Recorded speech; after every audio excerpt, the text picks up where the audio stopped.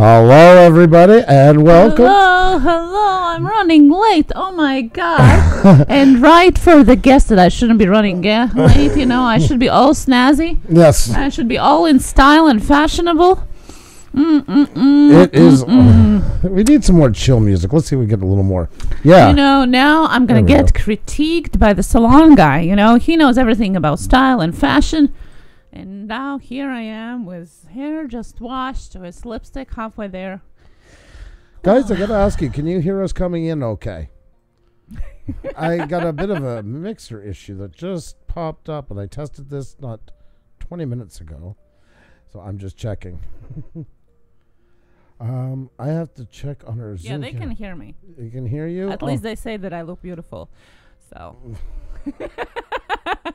Not vain or anything. Well, guys, we are taking off exactly where we left off yesterday. This is true. That's right. Hello. It is Monday. Yes, that's right. It's Monday, and we're starting a great week ahead of us here on Push Studios Live on YouTube. And we can't wait for you to meet our guest for tonight, the Salon Guy. This is going to be amazing. The transformation of career and life from being a policeman and fireman to having a mind-blowing successful career in celebrity style and fashion, red carpet, Good Morning America, book launch, his own hair care products, and guess what? A new show coming up in March. Wow. That's right. So much going on in this guy's life, and we're so excited to learn from him and hear his story. So stay tuned with us. He's going to be joining us just in a little bit of time. It's going to be awesome, guys. Yes. What a great find. What a great find. It's going to be a great talk. And not just talking about the salon side, guys. There's going to be lots of talk about celebrities. Lots of talk about building channels, motivation. I mean, everything's in here. If you haven't noticed, he is getting close. Maybe we'll get the wheel out and get him that extra little bit, because he is not far from cracking 600,000 subscribers. He's sitting right now at a cool 588,289. So it would take a big wheel. It's a little bit of time, but you know. Yes, that's right. His channel is more than 500,000 subscribers. Yep. His monthly views are more than million. Yep. Closing to 2 million right now. So guys, lots to learn there as YouTubers, creators, and in life as well. You know, we all go through life changes, transformations, and we're gonna know how to get that bull by the horns and get it rolling for us. This is a night made for YouTubers, guys. I kid you not. So there's going to be lots of info. Steph-Opal, how are you? It's been a minute. How you doing? Good to see you. And I want to say, Nerd of the North is in here. Man, I know it's late for you. I know you don't get to connect much, but he was thanking us for the other night. We're so proud of you hitting 3K, and it's just the beginning for you. You have that's going to be in the dust very soon, way past. So can you come around this side, son? We also might have a little showing off of our son, who, by the way, I followed one of the tutorial videos of our guest on the haircut of his just over this weekend. And yes, I think it's pretty successful. I think he's not hiding in a corner, so. He was once you said you wanted to bring him on. Well, I might post, if not that, I might post the pictures later on. I followed the guest tutorial, and it actually happened. So. This is true. Yes. So. Part of the research, and it worked out well. You know, it's a family venture. You know, we can involve everybody, including our kids here. We're definitely all in it together. Yes, that's right, guys. Don't forget to hit that like button and share it out if you haven't yet. And of course, if you're new, hit that subscribe button down below somewhere. Surprise button. You never know what's going to happen in the studio. Subscribe. Exactly. So you never know. You never know. You better stick around, because we're here 6 times a week. So you better stick around and ring that bell too, so you know what we're all about here. That's right. And anybody who doesn't know what we're about, there you go. You just got to go no further than our about section. You'll see our schedule. We have interviews Mondays, Wednesdays, and Fridays. Tomorrow night is Tuesday Tech Talk. That's 3 hours of just brainstorming YouTube together, figuring everything out from shooting and tags, you name it, anything in between. And whether you have 2 subscribers, 2 million subscribers, there's something for everybody there. No question, it's too small. We also have our Wheel of Shoutouts we had last night, and another one coming. That's the only time that we're not on at 7 p.m. Eastern. It is on Thursday at 1 p.m. It's the oh my God, I'm still going European edition. I'm just getting used to saying it. Not Eastern European. My wife's from Eastern Europe, so it just seems to come that way. I say it.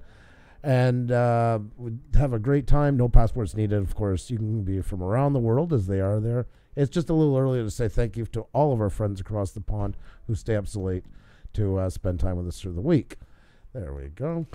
That's right. And on Wednesday, we're going to have Minx Laura joining us, ASMR Pro Specialist joining us from UK. That's right. That's going to be amazing. And of course, on Friday, Astronomy Launchpad, talking everything about science, planets, universe, Earth, all the questions you always wanted to be answered. That's on Friday, guys.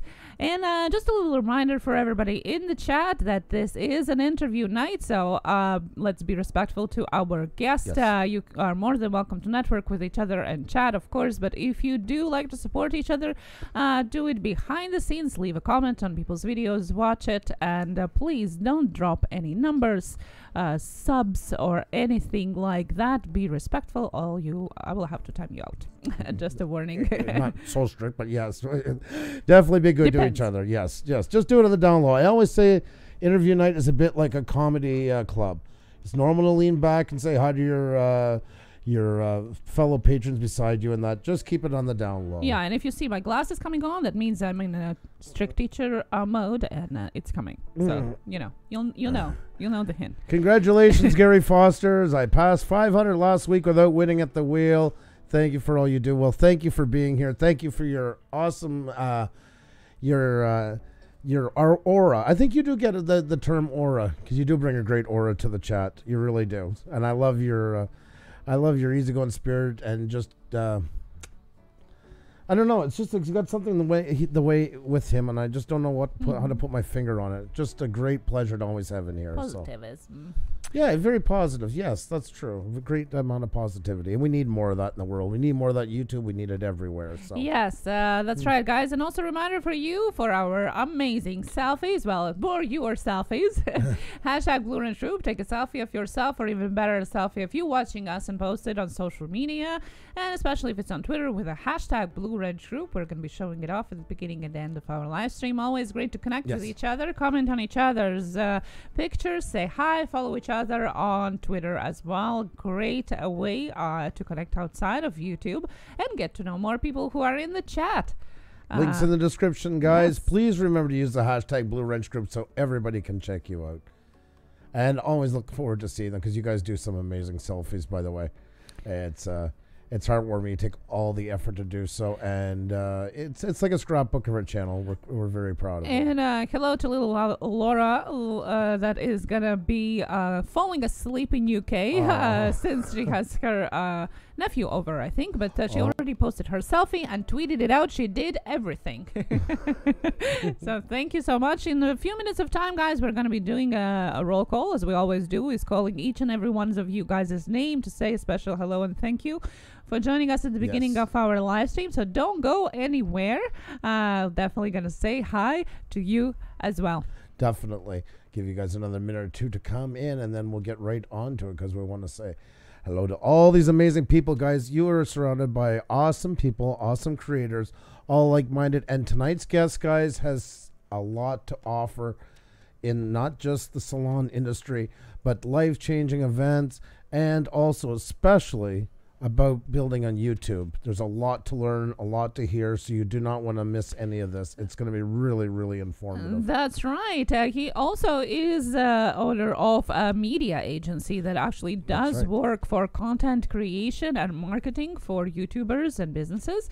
So that's something that we can tap into the knowledge of that and learn a lot from that as well. So a big, huge array of things to talk about. I don't know how we're all going to squish it into the time that we have, but we'll take the best of it, so stay tuned, and I hope you enjoy our evening with us and our guests. Well, he does have a lot of positive energy. He's got energy to boot. He's a busy man, and he still finds time to do all these things. And he found time to join us today as well. Yes. Which we're very thankful as well. Well, he's going to be joining us in just a little bit of time. Your guys' time to get your last things ready, your popcorn, your coffee, whatever choice of the drink it is for you. For us, it is always coffee.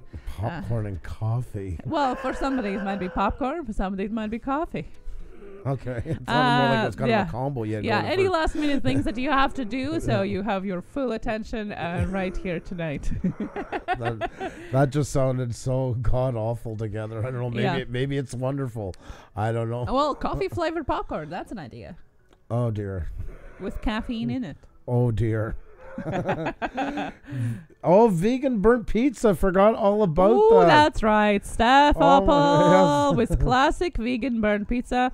And that is a joke from the beginning of our That's live right. streams. And Nerd of the North is eating pizza and a cat in my lap. Well, Hopefully not the cat. Good God.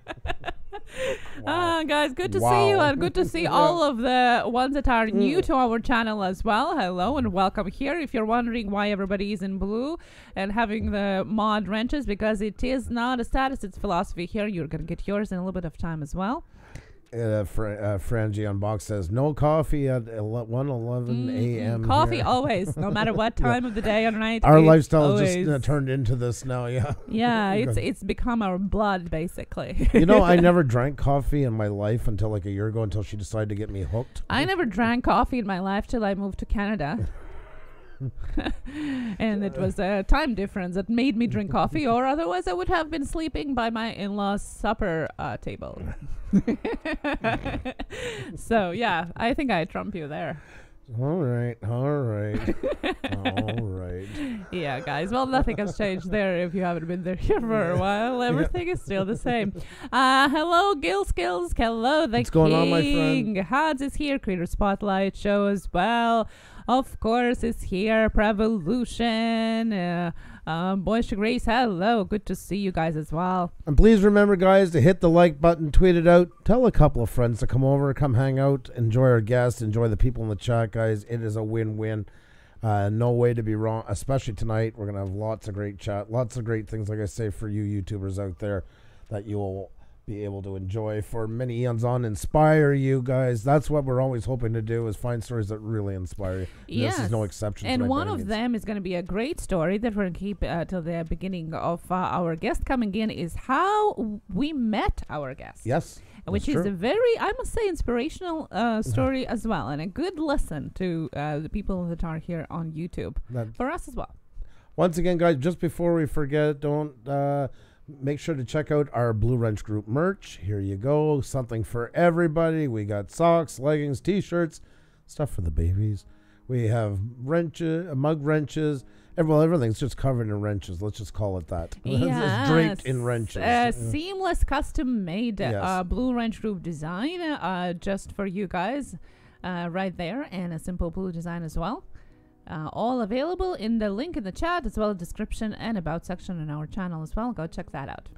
Eduardo, how are you? I remember when you all were at 4K. You all blew up quick. Thank you, getting there one step at a time, one step at a time. Yes, and wouldn't it be possible without you guys as well? Yep. You are here helping us, and you're our viewers. Without you guys, it wouldn't be happening. That's so thank right. you so much. You guys make the For show. being this. That's right. Frozen Art, hello. Congrats again on 1,000.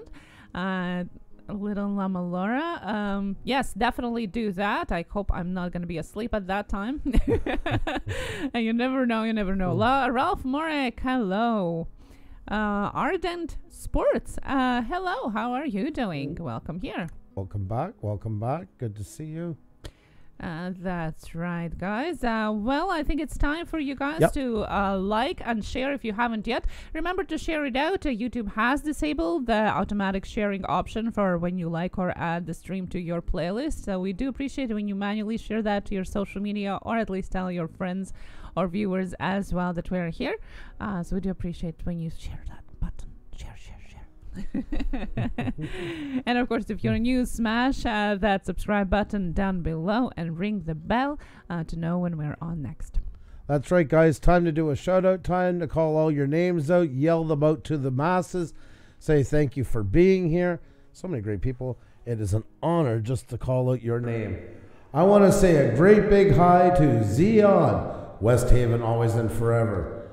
Vishy and Yoshi Bish TV, The King, The Dustin Lungo Show, The Creator Spotlight Show, Steph Opal, Space Galleria, Sew with Ease by Sophia Tailoring, Rama Videos, Ralph Morix in the house, Prevolution, Organic Gardening in North Carolina, Our Little Big Family, Nerd of the North is here, Moesha Grace, Minion Moto, Meme Piano, Lovebird's Life, Little Llama Laura, Life with Aries, Icy Media, Just My Fish, Joe Kurish, Jules777, Jenny Morris in the house, Jason NG, Jahas, oh my god, I'm so bad with names.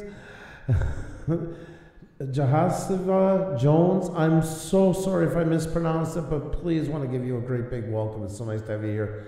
Hood's in the house, Good Time Outdoors, Gill Skills, Gary Foster's, Brant Ariels, G Fam, Frozen Art, Fergie Unboxing, Flander Yee, Fitten de Grub, Eduardo Palomares is here, CPAP Trucker, Chris Hope, Bossy, Big Rob, aka Godfather Scratcher, Arden Sports, Alex the Blue Man, Reviewer and Gamer, A to Z Productions. Sorry guys, I kind of glitched, so if I missed anybody, please say hi. Yes, Cab7 in the house. Cab7 is here. Look at that. There's my buddy, guys. You have to check out Cab7.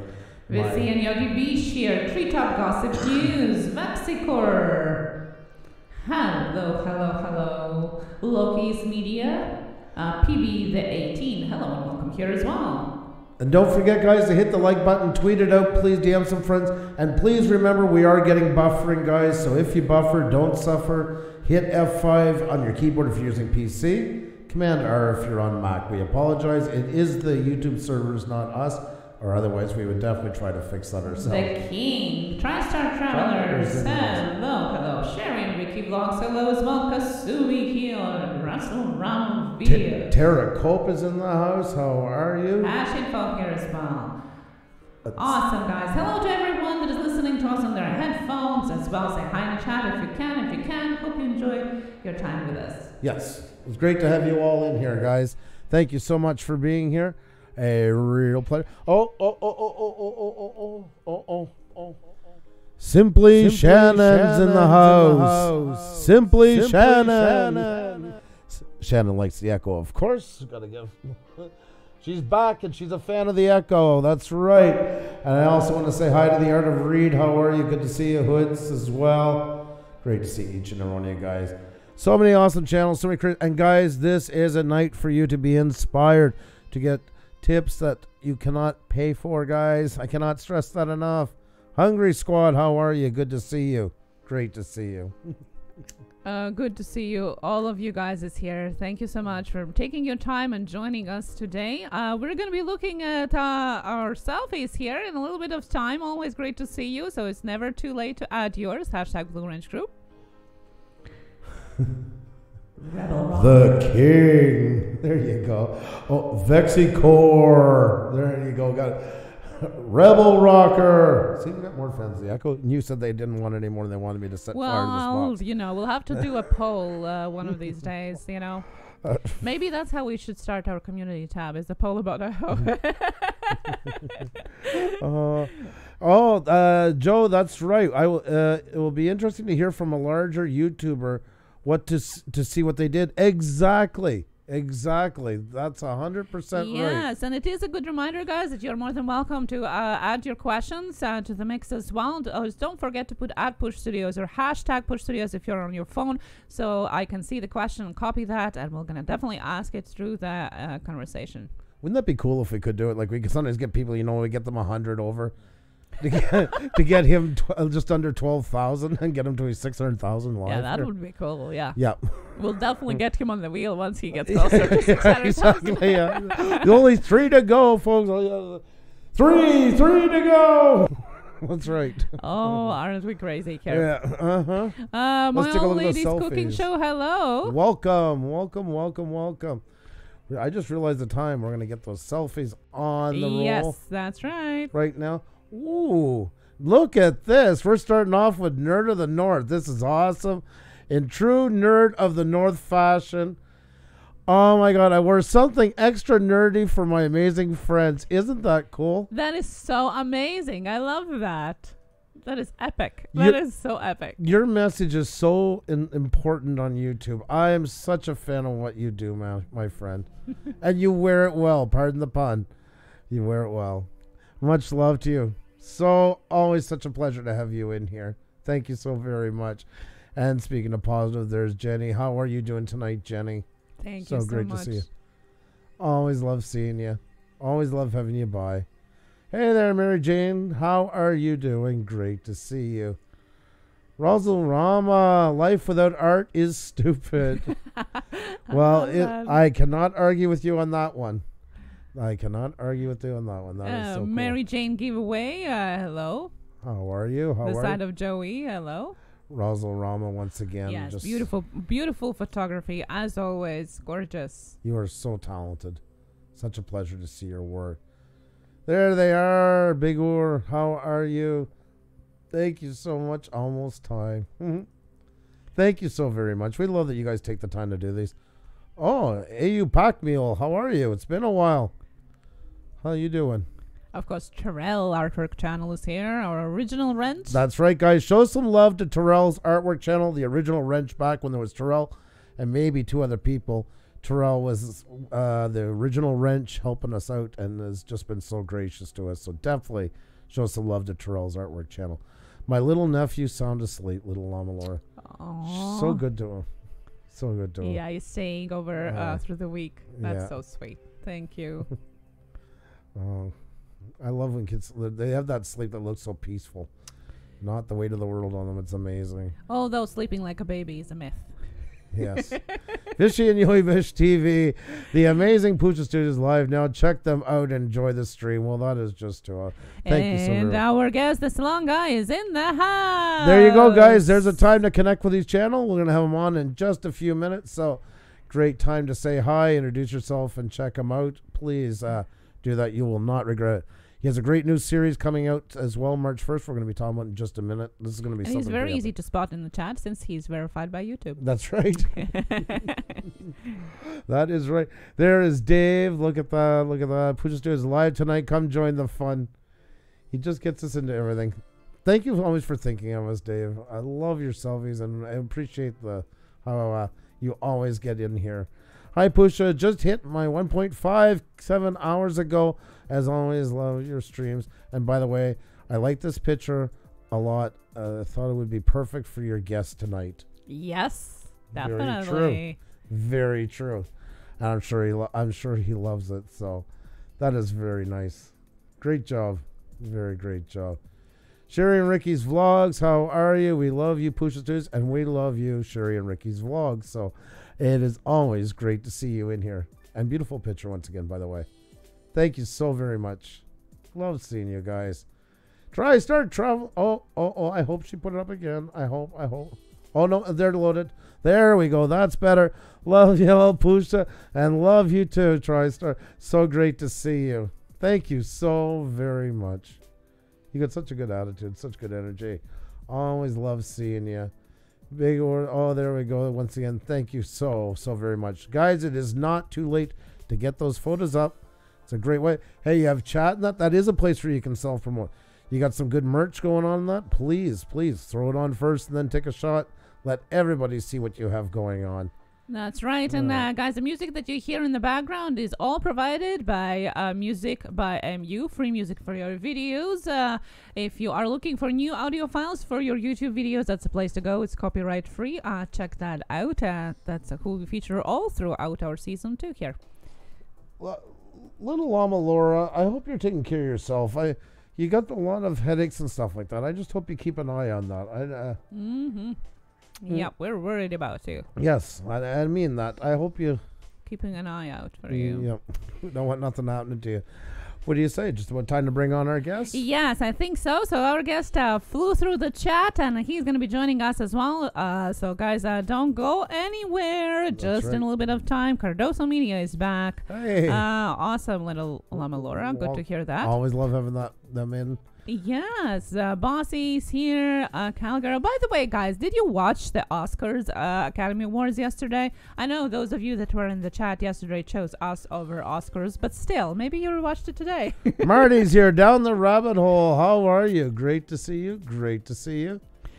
I think I watched the Oscar ceremony yesterday, a little snippets afterwards, even with a bit more enthusiasm, knowing who is going to be the guest today. And it definitely was interesting. It always has been a kind of a little hint of what's to come in fashion and style. We want to be trending. This is true. Yeah, not only on YouTube, but in life too. That's right. I want my wife trending, and I just follow her coattails. So that's how we work that out. Oh, you're so sweet. Sugar coated. I am. Coated. I'm a little sweetie. God. And how long can you keep that up?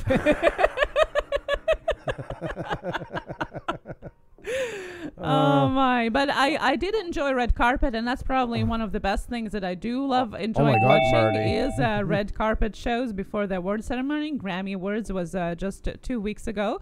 Brit Awards was as well. Spirit Awards was there. Oscar ceremony just was yesterday, so it is award season, and I'm sure our guest has something to talk about that as well. Since he has been on the red carpet of the Oscars as well. It's going to be a lot to talk about, guys, and I think it's just about that time. Yes, it is. Welcome, my friend, and great to see you tonight. How you guys doing? Doing Hi. awesome. How are you doing? Good. So are we live? Is this it? This is Live. it. Roll camera action. I'm first of all, I'm watching you two, and I go, what a power couple you are. Oh, thank you. And I'm sitting here going, and I'm single, and I'm jealous watching you two. I have to tell you, I saved a lot of money on Valentine's Day, though, so that's one thing I'm happy about being single. Yes, There's always an upside. I agree. Yeah. Oh my God, it's so great to have you on. Yes. Thank you for making your time to join us today. No, my pleasure, and thank you for having me. And there's gonna be some bad jokes. I'm telling you right now, some bad jokes. I'm the king of bad puns and stuff like that. Yeah, man, I'm excited to be on. I've watched some of your stuff in the past, like some of your former interviews and some of these guests, and I don't want to talk about my life for 3 hours. I want to bring value to your viewers, and I know you guys are pumped up, and I definitely want to, you have a great audience, and I'm watching all the live stream and this and that, what you guys are doing, and I have to give you props to what you guys are doing, so congrats, Thank you very much. Thank We you so appreciate that. And I think that's how we met. I think we're going to get into that in a minute, but it speaks about both of our characters and kind of the way we do things. It was kind of, call it fate, but we're people that like to make fate happen, I like to say sometimes. Yeah. Too many people wait for things. They just sit there and wait for things to happen. I go, not opportunities aren't going to go to your door and go, hi, how you doing? Knock, knock. I'm an opportunity. That's right. You got to sit there and make it happen. And, too many people just sit around waiting and waiting and waiting. My thing is I see people talk about doing something for a year, then they spend a year not doing it. Then the third year comes by and they go, I had this idea once. And it's like, 3 years, 4 years goes by and they're still talking about the same damn thing that they've been talking about and not doing anything about it. Yeah. And by that time, there's 100 other channels that have gone through with what you didn't do. Yeah. That's the thing. That the YouTube runs like lightning. You got to get on with something when you're ready to do it, or it passes. And life in general. I mean, not just YouTube. Opportunities here and then it's not, and you haven't jumped to miss the train. I do agree a lot to that philosophy of life for sure. I guess we'll start with just you giving a little round about yourself. What you just want to kind of get people to know off the bat, and then we'll kind of go a bit further later on. Well, first thing was I was born, and then from that point on, I didn't read that in your bio, so that's new to me. I hope you're smoking something good. Are you torturing her with cigarette smoke? What are you doing to her? Oh, she smokes now. She smokes now and then too. So we all have our vices. You got that BC stuff over there. we're on the wrong side of the country for it. It is legal all around now, but unfortunately, no. It's just. I know. And just hello to everybody who's saying hello, SalonGuy and everything. So hello, I'm glad to be here. I have been promoting this, so hopefully I'm getting some people from my network coming in. But thank you. Thank you my so name much. is Steven Marinaro, and I have been working very hard on my business, my brand for the last, I'd say 10 years. I was adopted at a very young age. I was adopted into an Italian family by a woman who was a widow. And with many stories, a lot of things come from major tragedies in people's lives. Major, success stories always comes from usually something tragic that happened, whether someone was homeless or they were broke and all these crazy stories. So, I was adopted at a very young age. And I was very lucky to be brought up in a really great Italian family. I'm Italian and German, but I was raised Catholic. I went to Catholic school my whole life, and chased around by the nuns and everything. And I mean, the stories. I mean, I was a little terror. When I was in grammar school, and I used to get yelled at and chased around and everything. And throughout my life, I started getting into the party scene and the club scene in high school, and I became a nightclub DJ. So I was a nightclub DJ in one of the most controversial nightclubs in New York City called the Limelight. All right. And there's a movie called Party Monster, which is about this whole the club and about all this stuff. And I was a DJ at the time at that nightclub when one of the promoters actually murdered somebody. And the whole movie was about that whole thing. And I knew the guy and all the people in the movie. So I was involved in that whole scene back then. And I was just partying and focused on, not even my career, just the party scene.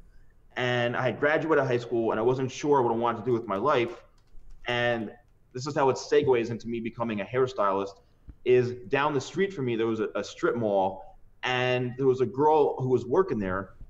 And from a distance, I'd say about maybe a good 60 or so feet, I looked and I go, man, that's an attractive girl in there. And I said, how can I get in there? How can I meet that girl? Now, back then, it wasn't really considered stalking, so I think I was okay.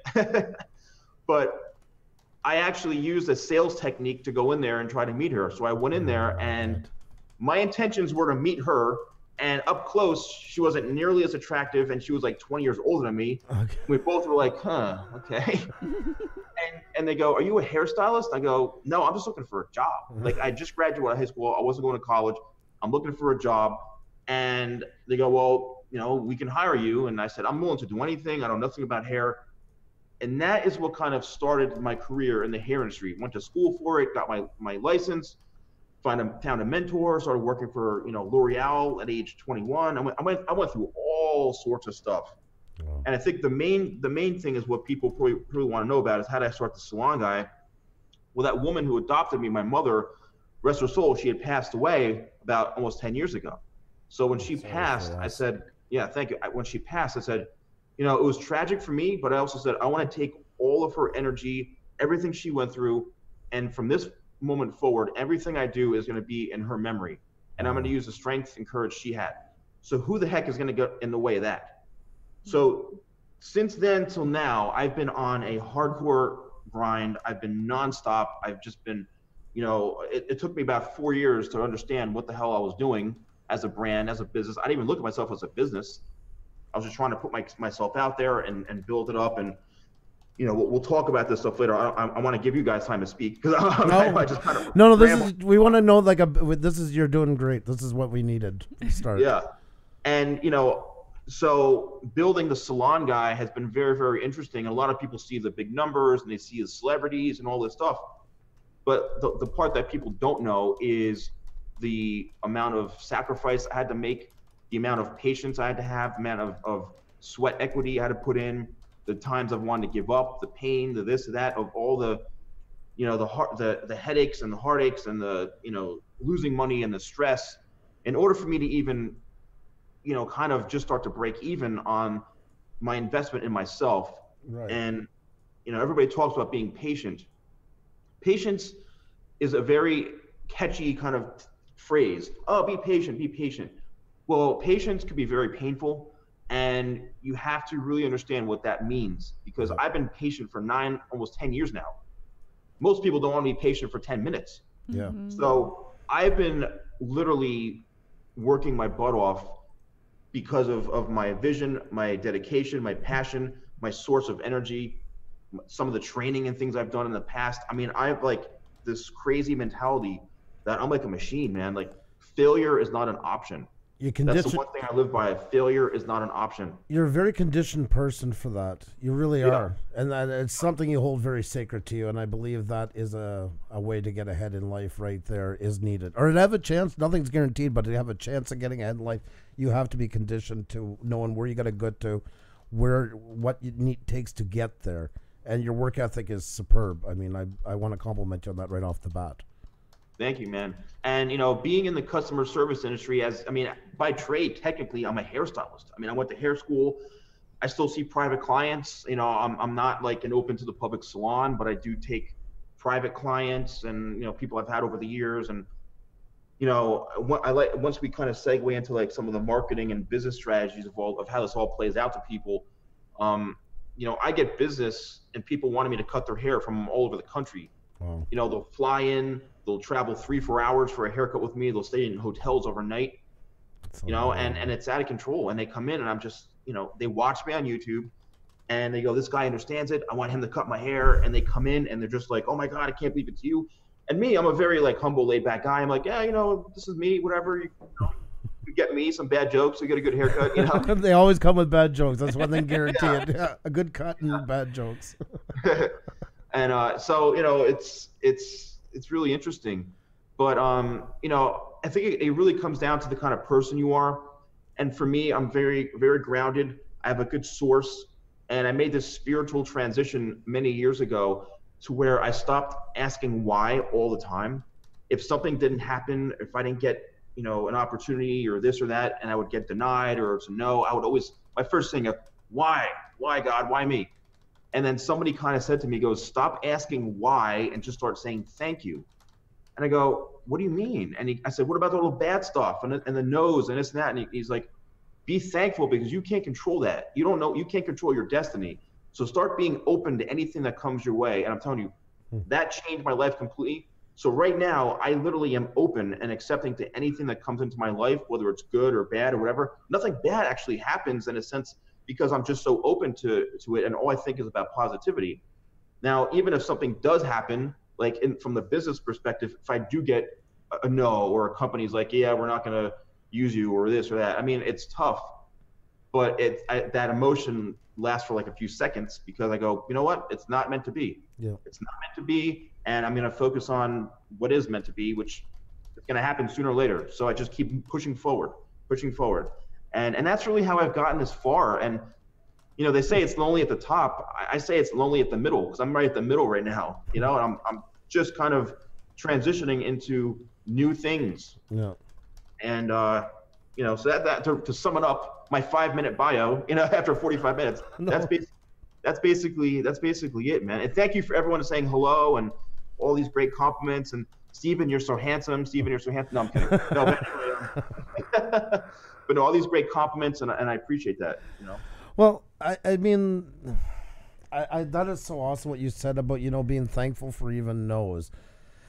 Yeah. Because you realize, I think if you're accepting to it and you're open to it, when it does happen, it's not such a shock to the system. By going by the formula you're using, and that does make sense. It doesn't ground you as much and take you out of the game for a while. You're kind of rolling with the punches because if you're that open to it, some are coming.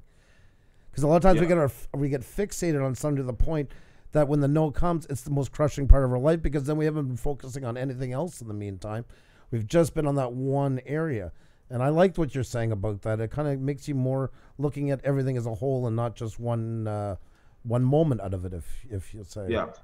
Yep.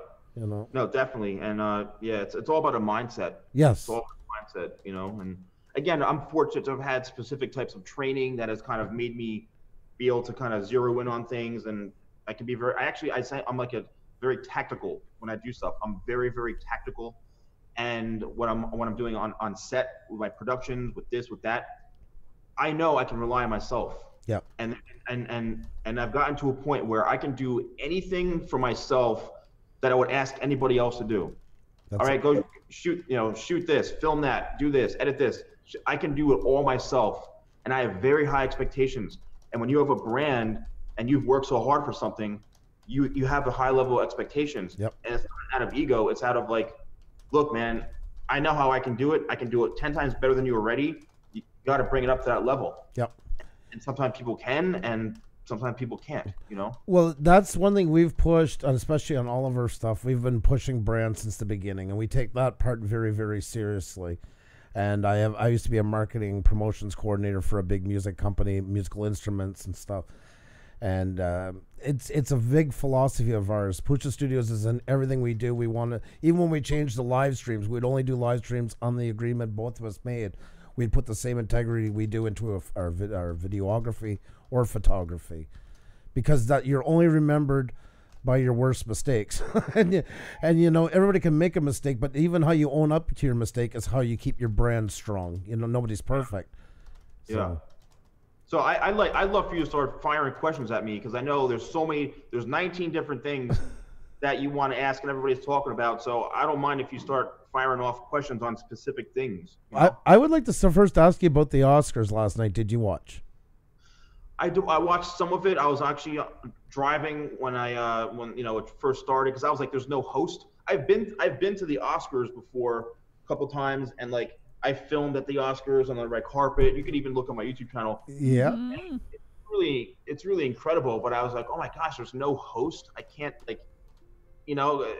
I missed it, unless I missed something, but I just recall there's no host. Yeah. Really, right? That's right. How was it when you were there the first time on the red carpet? What's the feeling? Well, I was there the first time I got approved, because you go in as media, and I was just like any other media agency. I went in there, and they had this thing called like Oscars Week, where they would credential a certain group of people where you can film the setup of the Oscars, the setup of the red carpet. You get to go to all these Oscar events. You get to interview like Oscar nominees and all sorts of stuff, and it was really, really cool. And it was really fun, and it was like a whole week. And wow. the biggest thing that people don't realize is the size of the red carpet. It's over 100 feet. It's about 200 feet. Wow. This red carpet. It's a long red carpet, and the amount of people that are there are just out of control. The amount of press and the media. We're talking hundreds of people there, hundreds of media, and you're walking by and you're seeing all the names are like this one. It's like, oh my gosh, look at all these people. But it was really, really cool. I prepped myself. I watched all the movies, the nominees. I made sure if I interviewed anybody, I prepared for it. I emotionally, physically prepared for it, because I want to be on my A game. I want to be on my A game. And there was a few things that spawned from it that were really interesting, like the Oscars. Like they actually tweeted me, and a couple of celebrities actually had tweeted me. It was crazy how all those little things that stemmed from it. But it was cool. But yeah, I only watched a few parts of it. I did watch the movies. I have seen Bohemian Rhapsody. I'm glad Rami Malek won. I was a big Bradley Cooper fan, and that has to win. But there was a big difference between those two movies that I thought. And Rami Malek, completely transformed himself. Oh yeah. And into Freddie Mercury. For Bradley Cooper, he played like a darker kind of like, he was still Bradley Cooper. He grew his hair out, had the beard, but Rami Malek, he deserved the win. But they were both great movies. So, and if people want to hear about movies, they've already watched these damn movies. I want to hear more about other stuff. I gotta ask though, before we get into the motivational part, about the style and fashion of the red carpet. And I did went through, and that's of course one of my favorite parts of any award show is the red carpet. And as I said at the beginning, it is kind of a hint of what's to come for the following year. And I kind of found last night a bit toned down, kind of. Yeah. Very subtle, kind of back to classics, kind of. What do you think about that compared to what has been there? Yeah, and I watched these red carpets. So when I went the first year, I had a designer create this tux that was it was like he did a show in Fashion Week in New York City, and I said, can you dress me for this? And he dressed me for this, and he sent me this really unique tux. It was a brown and black tux. Yeah. Now we're showing it now, yeah. Yeah, and everybody usually was, all black, and so I saw a couple of people with like some white tuxes, and I walked on this red carpet, and people were just stopping me, taking photos, and it was crazy. They're like, it's about time we started seeing some different stuff on the red carpet and different types of tuxes and this and that. But yeah, a lot of them are just, who are you wearing? I said I should be at the Oscars talking about hair, right? Talking about hair instead of Seacrest going, who are you wearing?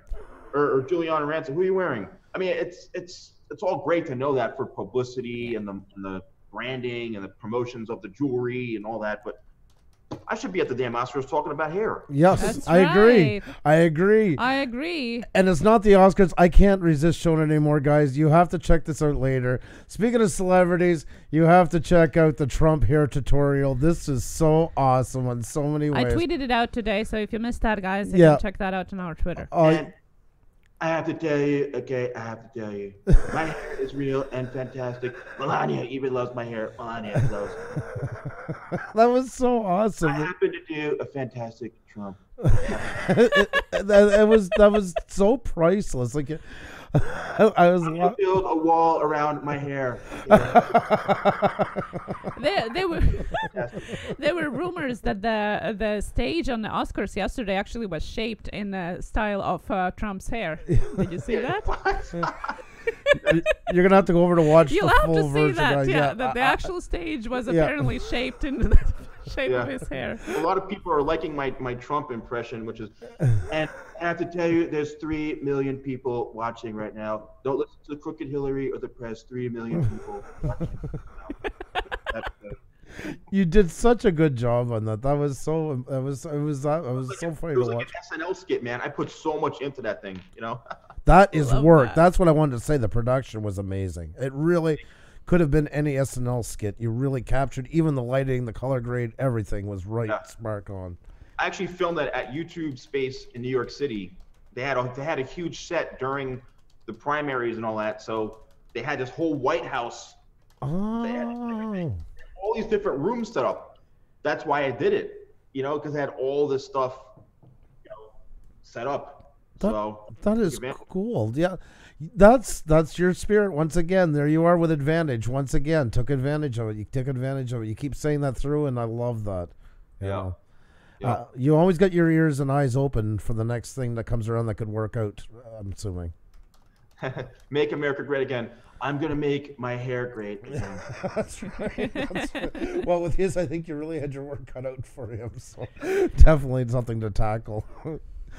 I was going to cut you off. You were about to say something. Yeah, no, you kind of went into the Trump, and I still wanted I had to do that. No, I know. It was, and it was hilarious. I watched that a couple of times. It was so funny. It kind of shows that kind of multiple sides of you as well. But I kind of, before we dive into, because once we could dive into motivation and inspiration, we're never going to get back to the fashion, the fun stuff, the fashion and style. So I did want to ask you before we do that, and before I forget about that, about the style and fashion for the following year, like with regards to what you seen yesterday, the little simple things of updos and down hair, nothing fancy, back to classics. What do you see from that coming up for the following year with regards to style? You know, it's been a trend for the last couple years. You know, either the hair is up and it's simple, or some freakish type thing, like if you see something at the Grammys or some more like MTV Music Awards or Movie Awards, whatever, it's different. But the Oscars,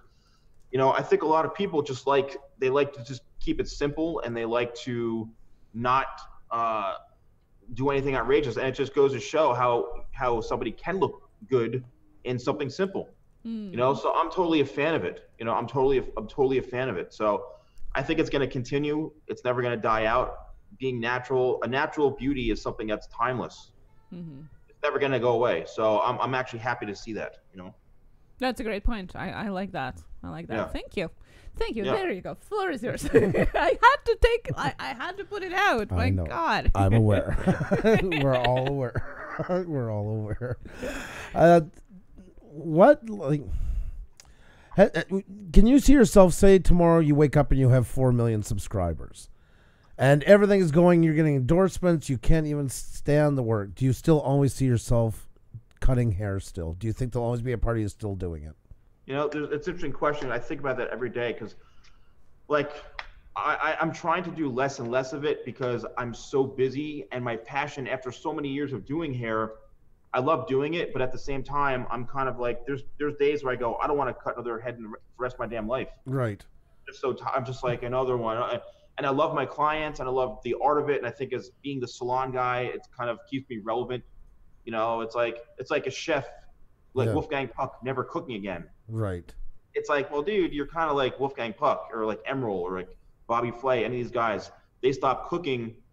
You know, it's kind of like, well, you know, their name still lives on, but so it really depends. But I think I'll still maintain some part of it, because just to keep my hands in it, keep the craft alive, to keep my skills up to date, just to keep me relevant. And I really do have a passion for haircutting, and I do love creating new looks for people and making them feel gorgeous and glamorous and all that. So I think I'm always going to do it. But what the problem is, and when it comes to money, and this is probably an interesting topic for people, is that, say for example, like I charge $150 for a haircut, right? And say that $150, I book 2 appointments in one day, it's $300. And I'll do, say, 5 people a month. That's $1,500 a month. And so, I mean, it sounds like it's great money. But now, for example, if those clients are kind of taking away other time from me doing things on a project that could pay me $5,000 a month or $7,000 a month, I'm so committed to that other project that I'm not even thinking about, oh, I forgot, I have to cut someone's hair for an hour or two, Right. What happens is, when the money starts taking over things, it's a good thing, it's a good problem to have, but when the money starts to kind of take over other things, it's hard to think about, doing that. Of course. And I've had that challenge. That actually happens fairly often. I must have had, 10 messages, text messages, and emails today. Can you cut my hair? Can we book an appointment? And I'm just like, honestly, I don't want to deal with it, because I'm so focused on other stuff. Yes. It's like, don't distract me with this. Yeah, exactly. It's more of a hindrance than a help. Yeah, it's a hindrance. So. But on the other side of it too, you have to really. I watched a couple of these. You had your beauty school basics, and you were kind of giving people an eye into what it's like to work in the industry. And I thought they were really neat the way you did that. Like, I was kind of because you said something into it, because you get some really huge views, and you said, okay, I know you said one of them, I know these ones aren't getting as much views as some of the others, but I really think it's important to get this message out. And I really respected you doing that.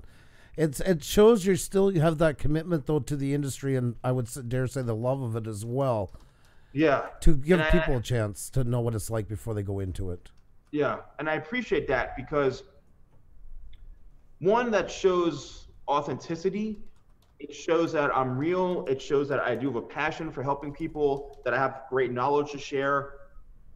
And again, it just shows the kind of person I am. That's just who I am. Yep. And it also, because when we start talking about YouTube and all that, like, who's your audience? Who are you trying to cater to? And my stuff right now is so all over the place. And I said, you know what? I want to go back to my core audience, which is, people in the hair industry. And I want to inspire people. And there's something really interesting that happened that I was hoping for, and it actually happened. You want me to talk about it right now? I can share it right now. Yeah. The floor is yours. So I was getting very frustrated with my audience, because I have so many different types of videos. Some of my videos are celebrity haircut recreations, or band member haircut recreations, sports player recreations, gaming character recreations of these haircuts and things like that. And my demographic started to turn into like a 14 to 22-year-old dude. And I'm like, that's cool and all, but that's not really what I'm not trying to create YouTube channels for a 14-year-old dude who wants to learn the latest gaming character haircut, which I love gaming, but they're not going to buy my products. They're in Germany somewhere, or who knows. Yes. And I said, I'm really getting aggravated with posting all these videos, and all I'm doing is getting spam requests. Not even, oh, great video. It's just spamming a name. And I'm like, I'm getting so tired of this. So I said, I need to make a change. I need to do something for my core audience, who are the people who when I started doing YouTube, which are people in the salon industry, people in school. I said, I want to take that negative energy and reverse it and give back, right? So I want to give back to a community of people who need the help. And these are people that are in cosmetology school. These are students. So I made these videos, back to school, beauty school basics. And I said, you know what? I don't care about the views. I don't care if 20 people watch this. Now, all those comments from, Justin Bieber, Zayn Malik, this, that, blah, blah, blah, all those spam requests completely transitioned into, oh my God, Steven, you're a lifesaver. Oh my God, Steven, you've changed my career. Oh my God. And it was like an overwhelming, I'm like, this is what I wanted. This is what I was looking for.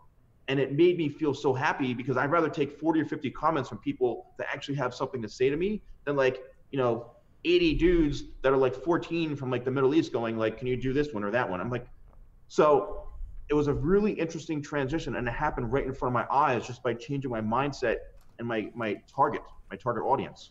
Well, that's what's so important. I'm glad you said that. It's something else we're always telling people how important it is to look at your analytics and see where you're veering off. It tells you so much. You can see when your message is not going where you want or to the right people, which of course can affect your channel over a long period of time. You can almost lose control of it. So good on you to have the courage to kind of bring that back and reel it in. So. And what does it take to shift that? Because I mean, once you have that set of audience, it's pretty hard to shift it right away to something else. Like we had faced that with the live streaming. When we started live streaming, all of a sudden our demographics went to mostly men. We all lost almost all women. We had a good 70-30 ratio equal to YouTube. Started live streaming. We thought we'd bring in more women. We actually lost them all the way down to 5% at one point. We got them back, but it took 3.5 months. Yeah. So how did you do that? You know, it's a great question. I'm so glad you asked me that. And I can tell you one thing right now, the main driving force was emotion. The main driving force was emotion and not caring about what other people thought. Being committed emotionally to doing it and saying, I don't care about the views. I want to be able to impact a specific audience, and that's my goal, and that's it. So I just made a shift in my mind, a shift in my just strategy. I did it in 2 minutes. I did it. That's the thing, is I did it. I convinced myself, you know, and it didn't take me long at all. It took me a minute to do it. And next thing you know, I'm putting out making these videos, and that's it. That's unbelievable. So it's that simple sometimes. Just your mindset, you know? I have to ask a question. My best friend is in here, Cab7. He says, Pusa Studios, can you ask if the salon guy is my relative, since I am German, adopted, and Catholic? Simply want to see. Wow. Interesting. Yeah. That's so cool. Yeah, that's true. We've talked about it in the past. Yeah. So. Where's he from? He was adopted in Germany. His adoptive parents were in the military. His father was in the military, and he was adopted there. Yeah. Wow. Yeah. He lives in States now. Yeah. Quite a coincidence. That's why we're here. Yeah. So there you go. We'll have to connect you guys later on. Awesome, man. Yeah, actually, Kev, you'll find you like your humor. You and Kev would get along just fine. Actually, no worries there. But I love the belief in what you do and how you did that. That's really hats off to you. And I want to just say something for everybody at home. What you just heard him say is so important, but he was going back to his roots. Because sometimes I tell people not to make impulsive decisions, but what I'm saying there is don't see, okay, this guy's doing something and making a lot of money on it. I'm going to be this channel this week. And then next week I'm going to be a different channel. And without some people go whatever's the fad of the week and then they never build traction. You were making a conscious decision to like put on the brakes and go back to what you were. That's what's cool. And it's brave. It really is brave. That's what I was thinking the whole time you were talking. A lot of people wouldn't have the courage to try that. They don't want to rock the boat. Yeah, that's what it comes down to, is just being courageous and confident too. Confident. Yep. Just saying, I'm going to do this. It's like when I first started, and this is going to be a great lesson for people who want to start getting in front of a camera. Everybody wants to be a YouTuber. You sit there, you put them in front of the camera, and they freeze up. Mm-hmm. They freeze up. They take 18 takes. They can't even say their damn name. Mm-hmm. And what I learned a long time ago, so I'm a trained public speaker simply by working and representing major beauty companies. And I had to sit there and do presentations in front of hundreds of people, and I had to represent major brands. So I learned how to just communicate early on. And when I first started doing YouTube, I would stand in front of the camera, and my first reaction was, I don't look like Ryan Seacrest. I don't have the hair like this guy. I don't look like this guy. I'm a bald dude, short bald dude. Who the hell is going to watch me? And after I got that out of the way, because people were like, dude, like, you know, you're a good looking guy. You have a great personality. Like, it's refreshing to see something different. Like, you bring a lot. You're very great on camera. Like, and I'm like, really? And then I just started to kind of feel more confident. And I made the switch from, instead of putting the focus on me, to the viewer. So I said, I don't care how the hell I look. I usually dress fairly well. I'm usually, you know, I try to keep well groomed and all that, but like now the focus went from me to the viewer of what they're going to get out of it. Right. So I reversed it. I reversed it. So instead of the camera looking at me, now it's like me looking at the camera, and the camera is a person. And now I don't have a fear of being in front of a camera, because like right now I'm talking to you, I'm very engaged, right? I'm very engaged. So I'm looking at my camera as these are the viewers watching. Yep. You guys are watching, and it completely changed my mindset. So anybody who wants to start going on in front of a camera, who have a fear of being in front of a camera, who oh, I'm gonna mess up, pretend that the camera is that person you're trying to get that message to, and just have a conversation. That's it. Very well said. Yeah, that is a very good way of looking, because oftentimes we do have people asking, like, how do you do that? How do you start going live, for example? You know, it's so hard. It's just the camera. It's an inanimate object. You know, there's nobody there. But you're so right. There is no, you know, a lot of people out there behind that. It's just a tool for you to get there. It's a great attitude for that. For us, I think it was really hard, and it still is, to do any type of vlogging or anything like that. Live streams seems so much easier because it is an interaction, like a direct interaction with the viewers. But having things like pre-recorded, like self-talking, we're not used to it. Takes a lot of effort because of that. We need to practice it more. Yeah. We need to get in that mindset, you know. And it's not the same when you record versus here. Even if I'm not looking at the chat all the time, I know people are there. And now that we've been doing it enough, now, you know, there's kind of that Linus's blanket effect, you know. I got, you know, some people that do care what we say enough that we don't have to focus on it as much. But yeah, I'm terrified of vlogging. I'm that you forget your own name thing you just mentioned. That's me. And we tried, and we're still gonna try. But it definitely. It's interesting how it shifts, you know, from doing different types of videos or content, so to say. Yeah, and somebody asked if I'm wearing Robert Graham. I've actually met. No, I'm not wearing Robert Graham, but he has some great stuff. You know, but yeah. So let's jump into some. People have been waiting for 3 hours to hear some other stuff. Oh my God! Already this has been nothing but gold out of you. So. I know. Well, I think the main thing that the people in the chat as well is, and it kind of hides in between of all of the questions, is how do you get from 0 to 580,000? You know, yes, it takes, you know, time and effort and all of that. We kind of know, but. Like from the practical point of view, how do you get there? Like, it seems so far away. It seems so unbelievably impossible and intangible. You know, the pyramid of YouTube creators of the ones with million subscribers and the one under 1,000 is so unproportionately unequal. So how do you get to that other side? Yeah. So, you know, I have some really interesting things about this. I have some frustrations with this topic. First of all, I started on YouTube at almost 10 years ago. So I was one of the first people in my industry doing what I was doing on YouTube, and I didn't really understand it. I didn't know anything about tags. I didn't know anything about this. I didn't know about titles. I mean, my videos were so badly produced that, you know, it was equivalent to like an ISIS video. Horrible background. I mean, it was awful. So, you know, it just looked so bad. And you know, that was like, sorry, but I apologize. Not many knocked me off, but you just did right there. Something sketchy is about to happen. That was good. That bad audio. So, you know, it was really, really bad. And I just basically, I didn't understand YouTube really until about maybe 4 or 5 years ago, of the, you know, the real concept of YouTube and the algorithms and then this and then that, and understanding titles and thumbnails and tags and descriptions. I mean, it really took me some time to understand, going, oh, I get it. But what's interesting is some of my biggest videos still to this day are from like 5-6 years ago.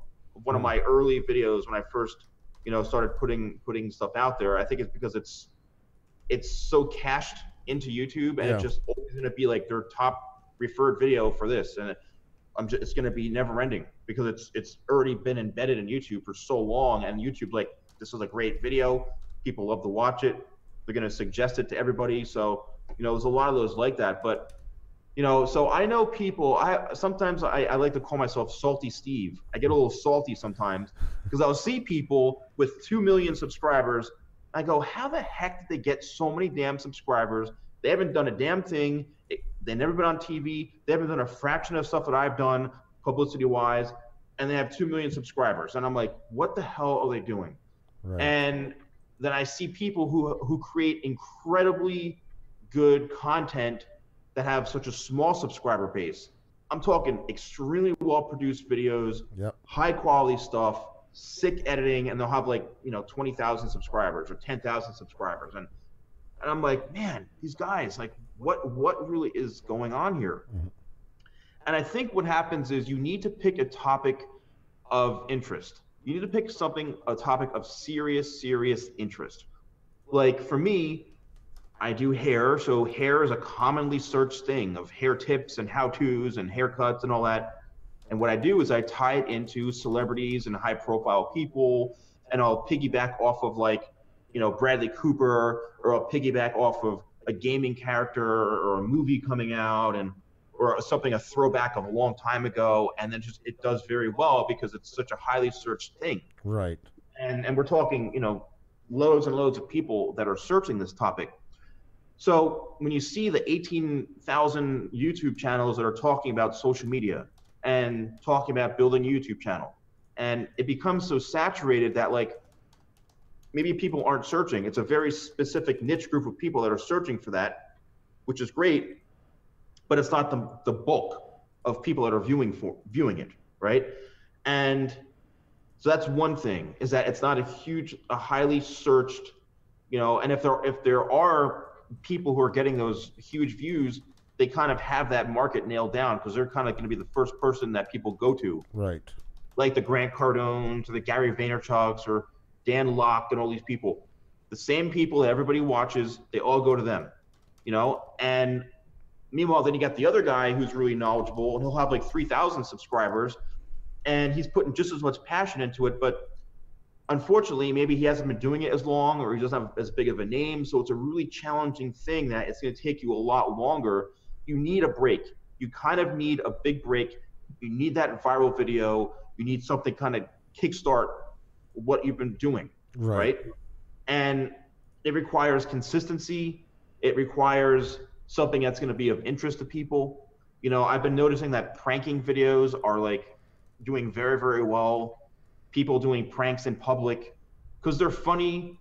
They're not really engaging, but it just, you're glued to it because you want to see people making fools of themselves. Exactly. All these smart pranks and going out I watch this stuff like crazy. I have a guy I know who has started a prank channel, and I remember he asked me. Actually, I was in Canada, and he asked me about how do I grow on this and how do I grow on that. I'm like, dude, you should do this. He's like, I'm trying, and now all of a sudden he's going viral, and it's like, oh my god, he's doing all these crazy pranks, and it's just like I'm so happy for him, but it just catches on.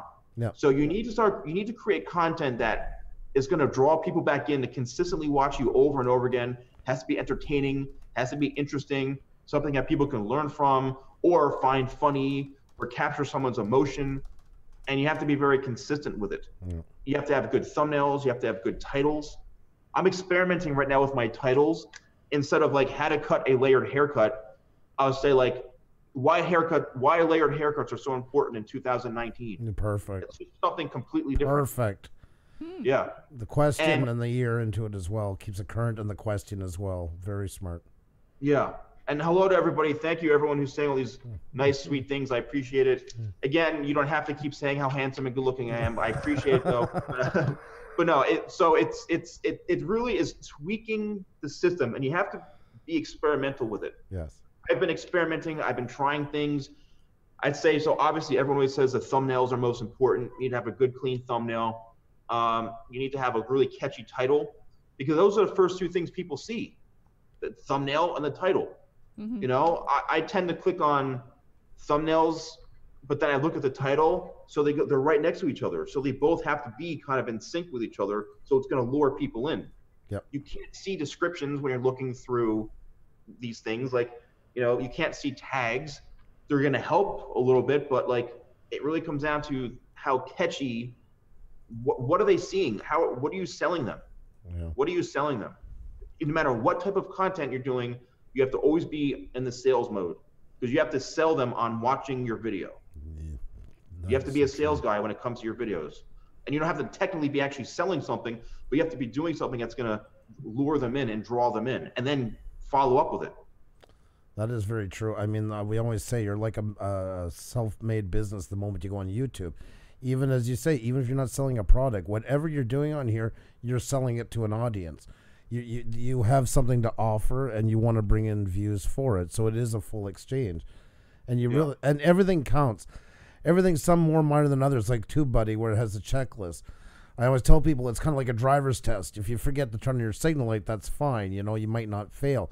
But if you miss enough of them, especially when you're up and coming, they all kind of work in conjunction. But definitely, some have a lot more priority than others, for sure. And content is king. And what you were talking about, the question, and then the 2019 is very smart for wording it that way. Yeah. And there's this is really going to be the home run here, is that, like, I have these three things when it comes to YouTube, right? Everybody wants to start a YouTube channel. Even the people who have YouTube channels already, there's three questions you need to ask yourself: how, what, and why. Those are the three things you need to really ask yourself and understand: how, what, and why.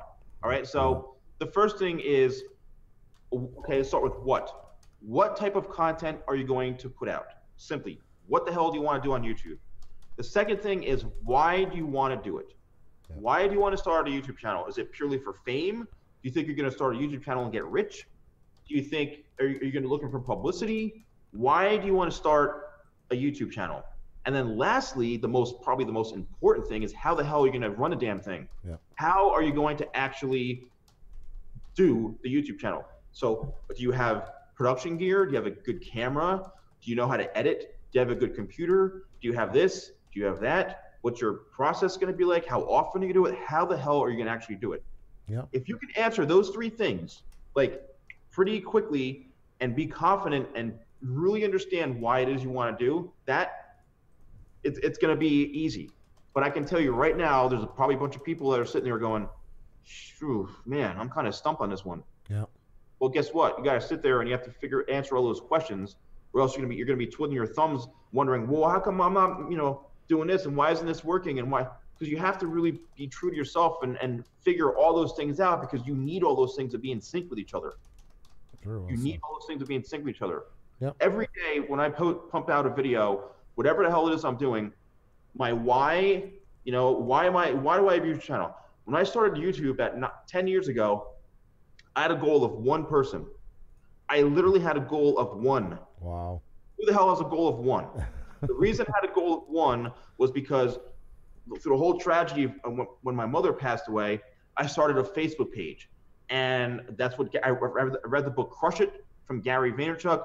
Crush It, basically a step-by-step process of how to do it. Buy a video camera, start doing this.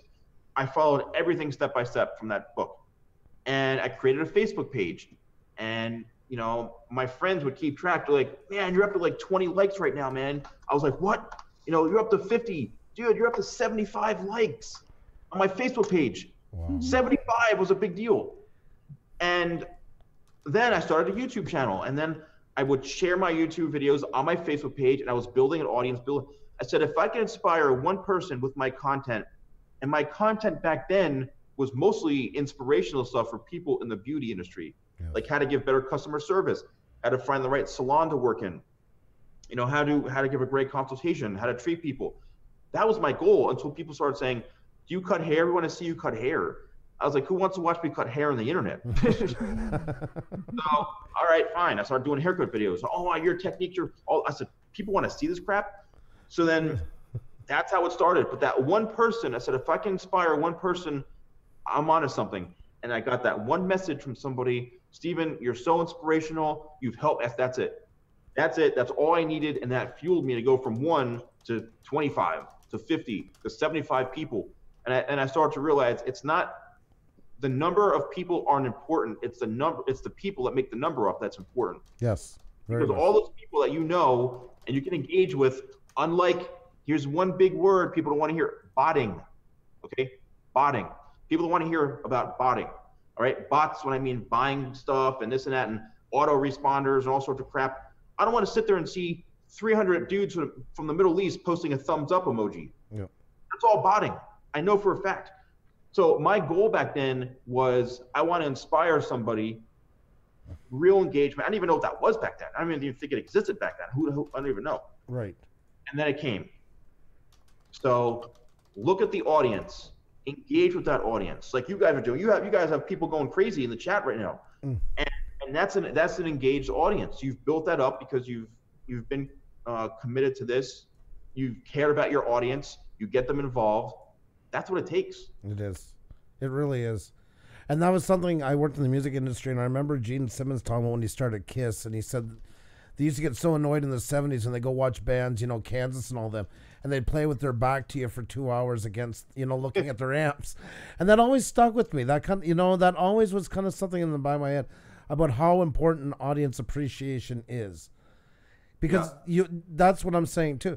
It's great if you have numbers, but if it's all just bots, there's no engagement. The day you stop paying for the bots, or the day you stop doing this and that, it's over. It's got no substance to it. It's got no long-lasting effect.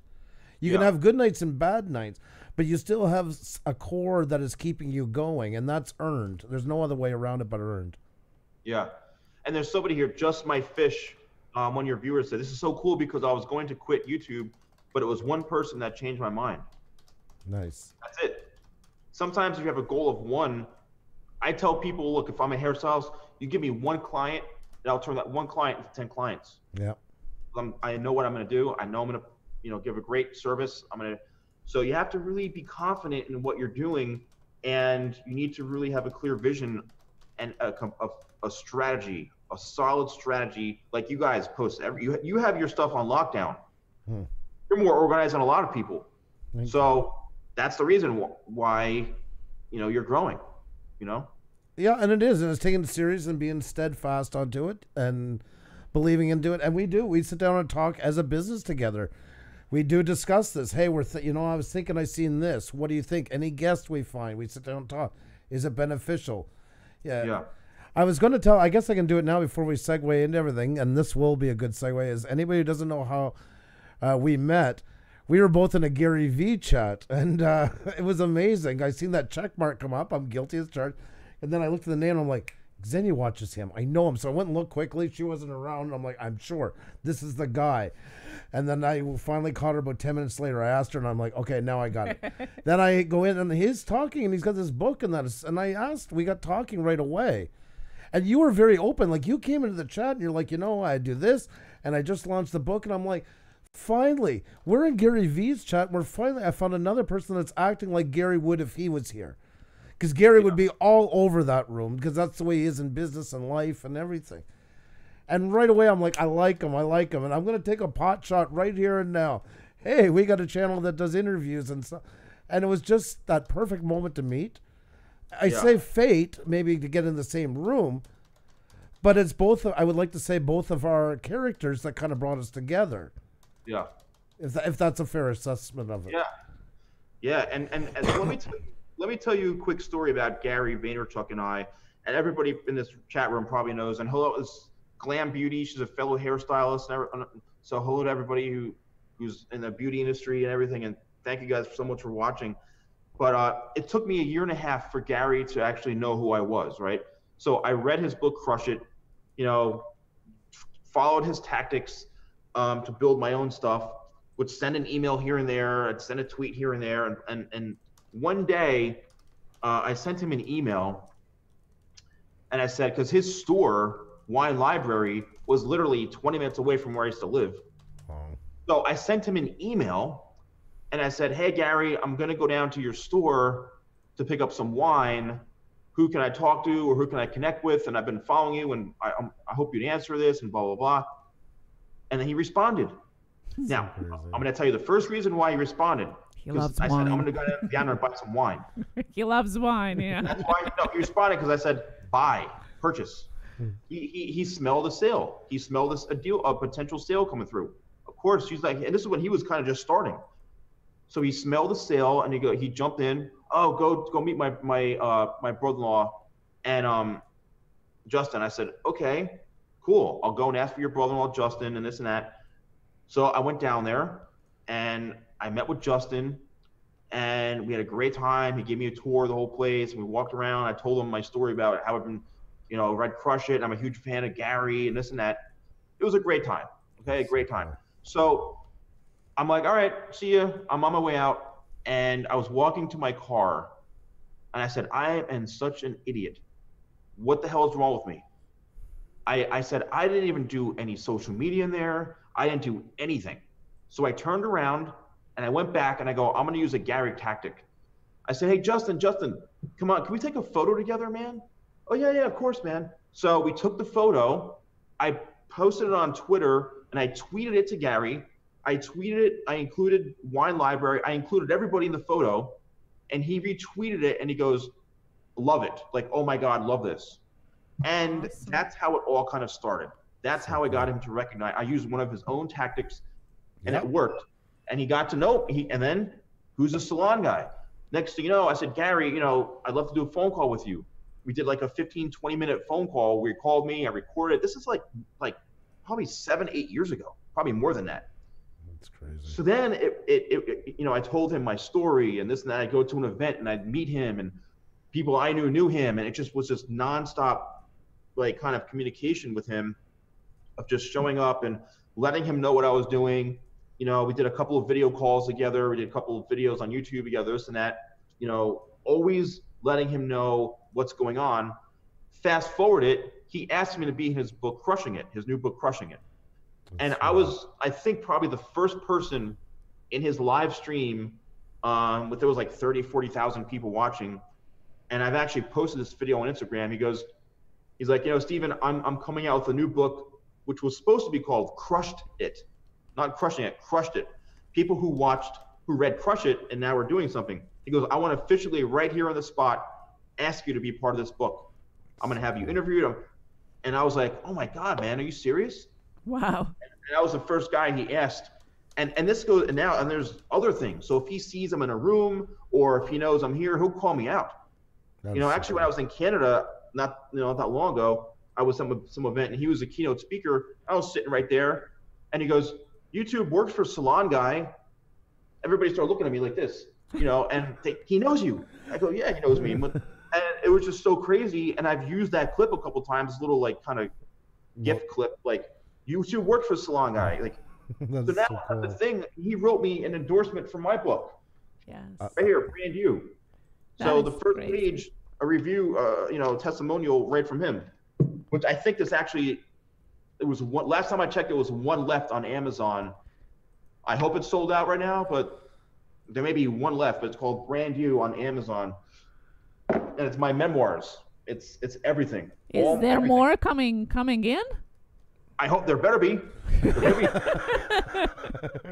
It says more on the way. There better be some damn more books on the way.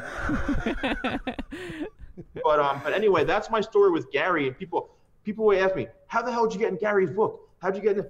Because I'll never forget, he said this to me about a year ago in person.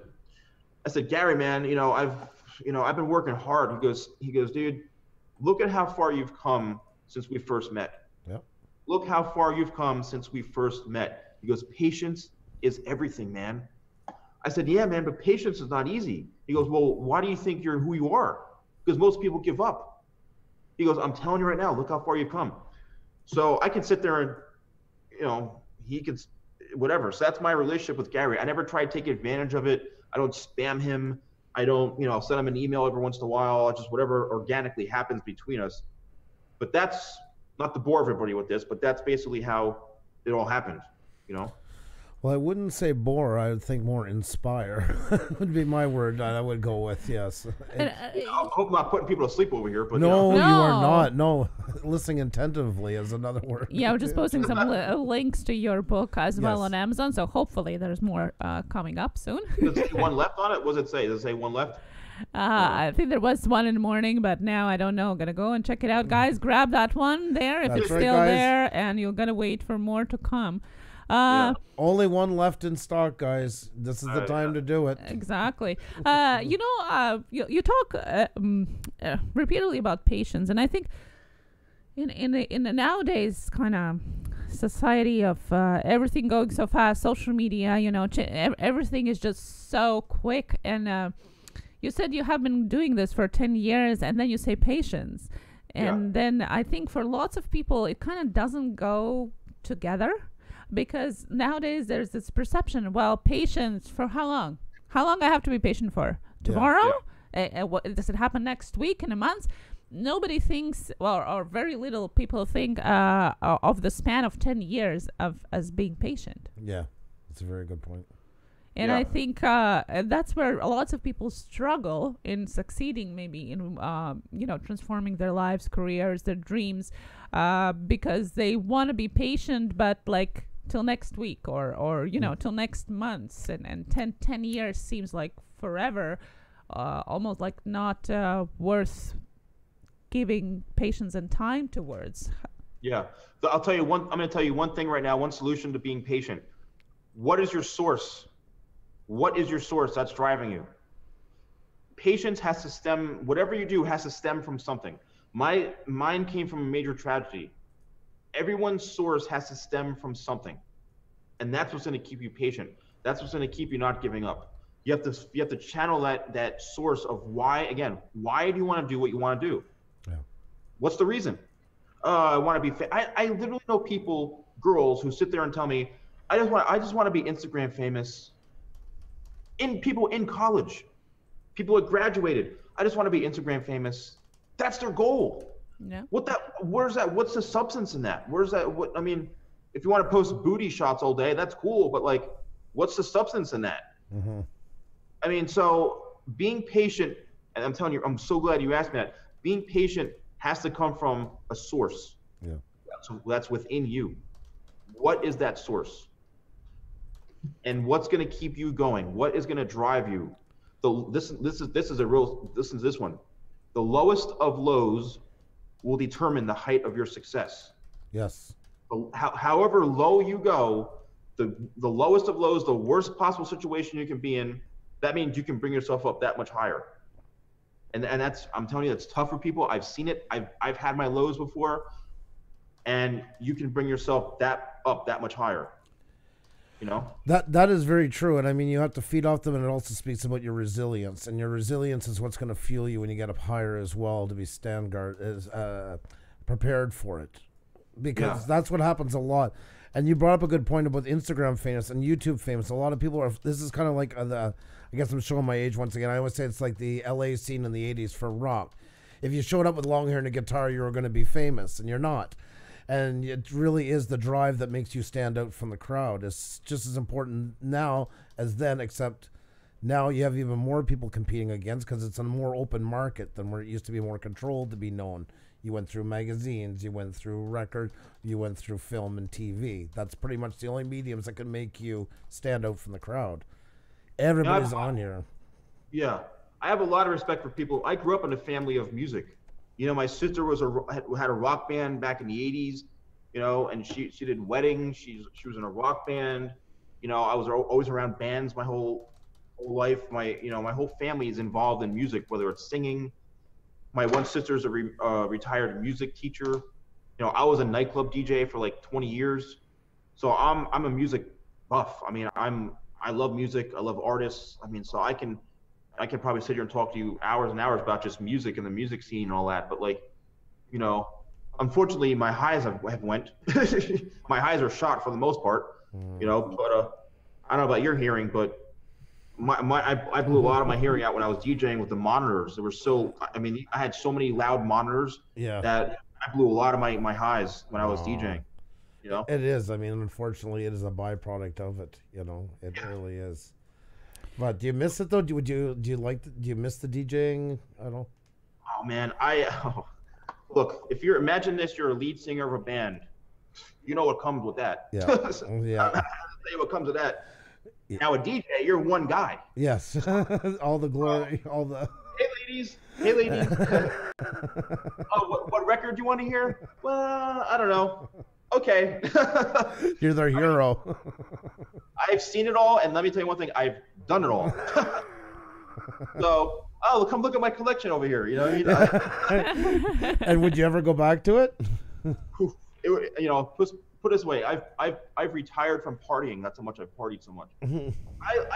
I still love DJing. I'm a great DJ. I'm great at mixing. I did an 80s night for like like 9 years, one of the biggest 80s nights in New Jersey. Wow.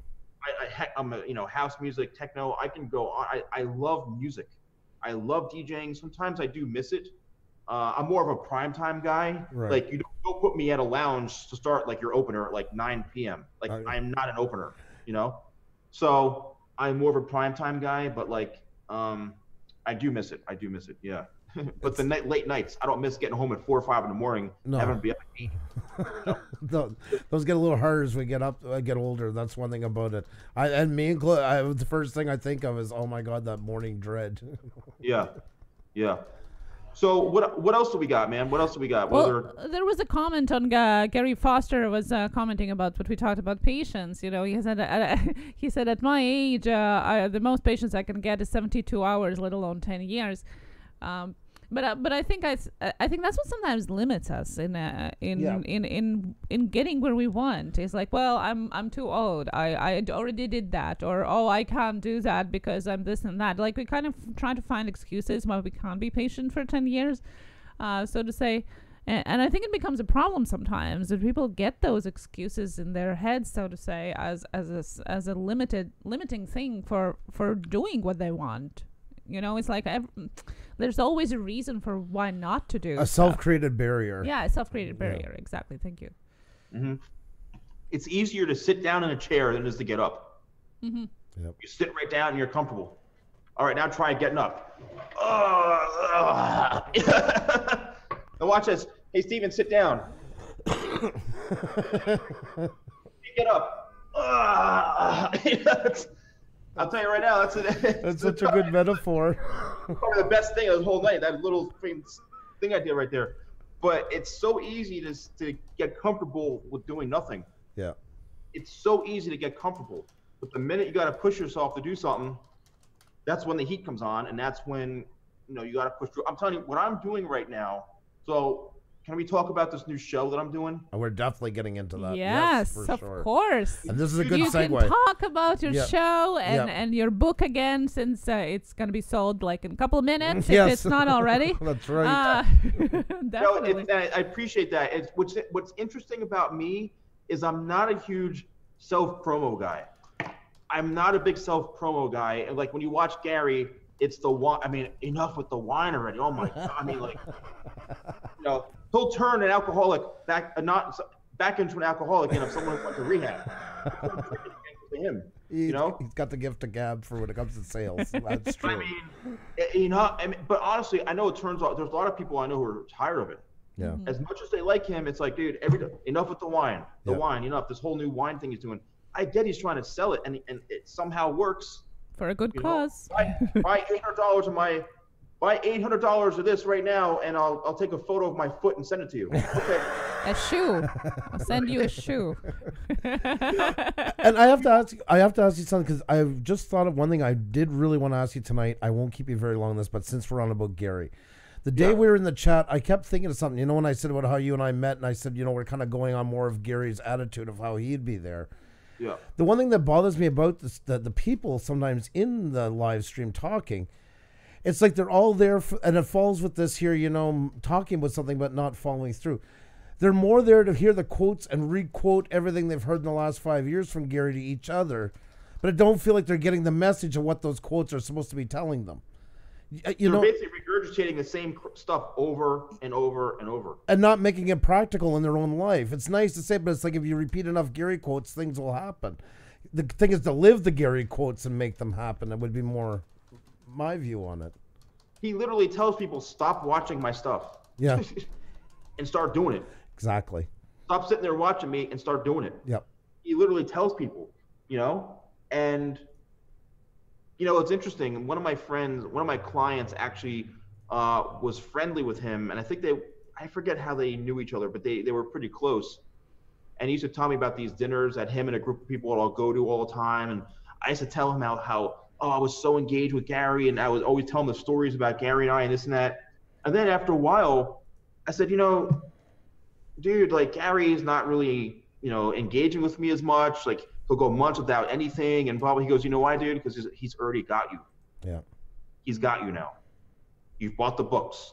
You've bought this. He doesn't care about you. He cares about the people he's trying to get. The next sale. I said, really, dude? When you think about it, not that I'm like I said, he'll see me and we'll have, all is great, but he's not going to spend energy on a guy who he already has. Right. Got me ready. He wants to bring in all that new business. Yep. That's a typical sales guy. Yep. But yeah, so so some of the things I'm doing right now, and it's really, really interesting because I'm always trying to improve on things. Even though I'm already doing stuff, I'm always trying to improve. I'm always trying to create something new. I'm tired of looking at people doing the same YouTube videos of the same thing for the last like 2 years. Yep. Enough about the same hairstyle you've had for the last 4 years already. Oh my, my God. It's like me talking about my bald head 3 times a week. So today I woke up and I shaved my head today in the next video. So my hair's getting long and I shaved it this way. Oh my God. Next video. Today I shaved it this way. Enough. It's the same damn thing. And I'm just like, oh. And that's what a lot of beauty YouTube is, and hair and all that. It's the same damn thing over and over again. And these are from people who aren't professional hairstylists. Yeah. They're not professionals. They just post the same thing over and over again. Talk about regurgitating stuff. It's the same damn thing. Well, yeah, the beauty category is so oversaturated nowadays. Like all the reviews of the items and all of that. Like it's huge. It's almost like gaming industry. Yeah. So I came up with a concept about a year ago that I wanted to create some sort of barber competition and something. And I was like, I had some people on my team trying to help me with it, and it just wasn't happening. And I guess I wasn't getting the right support and the right results internally. I gave up. I said, all right, whatever. I'm going to put this on hold. And about 2 weeks ago, I said, you know what? I want to revisit this, but here's the thing. I'm going to make it happen myself. I'm not going to rely on anybody else to help me. I am doing this all myself, right? Because I know I can rely on myself 100%. So I said, I'm going to create this concept where it's going to be a one-on-one competition between 2 barbers, and the viewers are going to be the judges. The viewers of the video are going to be picking the winner. And I'm going to do it on my YouTube community tab. And I said, that's it. That's it. So I made an Instagram post and I did a little casting for it, and I must have gotten over 150 to 200 people that were interested in a couple of days. That's awesome. Yes. So now it got so out of control in the DMs, I had to create like a Google sheet for people to fill out because it was just out of control, the amount of people that were interested. So now I have this form that I send people, all right, will you be part of this? I need information from you, I have this and that. So I said, okay, now I'm going to start filming this. And the show is called Head to Head. That's the name of the show, Head to Head. 2 barbers going one-on-one against each other, and the viewers are going to pick the winner. So I said, let's film this. I picked my first filming date. What I've been doing for the last week and a half to 2 weeks is I've been filming 2 days in a row, nonstop, back to back. So I'm filming 2 episodes in 2 days in a row. So 2 episodes I filmed yesterday, 2 episodes I filmed today, and 2 episodes I filmed last week on Sunday. I've been doubling up to have as much content as I possibly can for this. That's cool. And it launches on March 1st. So what's happening is I'm taking all of my experience. I've been on TV before, and I've been involved in reality shows and all that stuff, and I'm taking all my experience from what I've learned from being on TV, being in all these events that I've done, to production, to this and that, and I'm making my own show based off of everything I've seen. But I'm putting my own twist on it to target a YouTube audience, to make it very different and unique. I love that. I love it. And it's so interactive too, which is great. Even this morning when we were talking on the pre, like you were right away, like I could see you were raring to go. Like I told Xenia when I got off, I'm like, you're going to love this guy's energy, man, because he is focused. I could see him like in India right there. Thank you.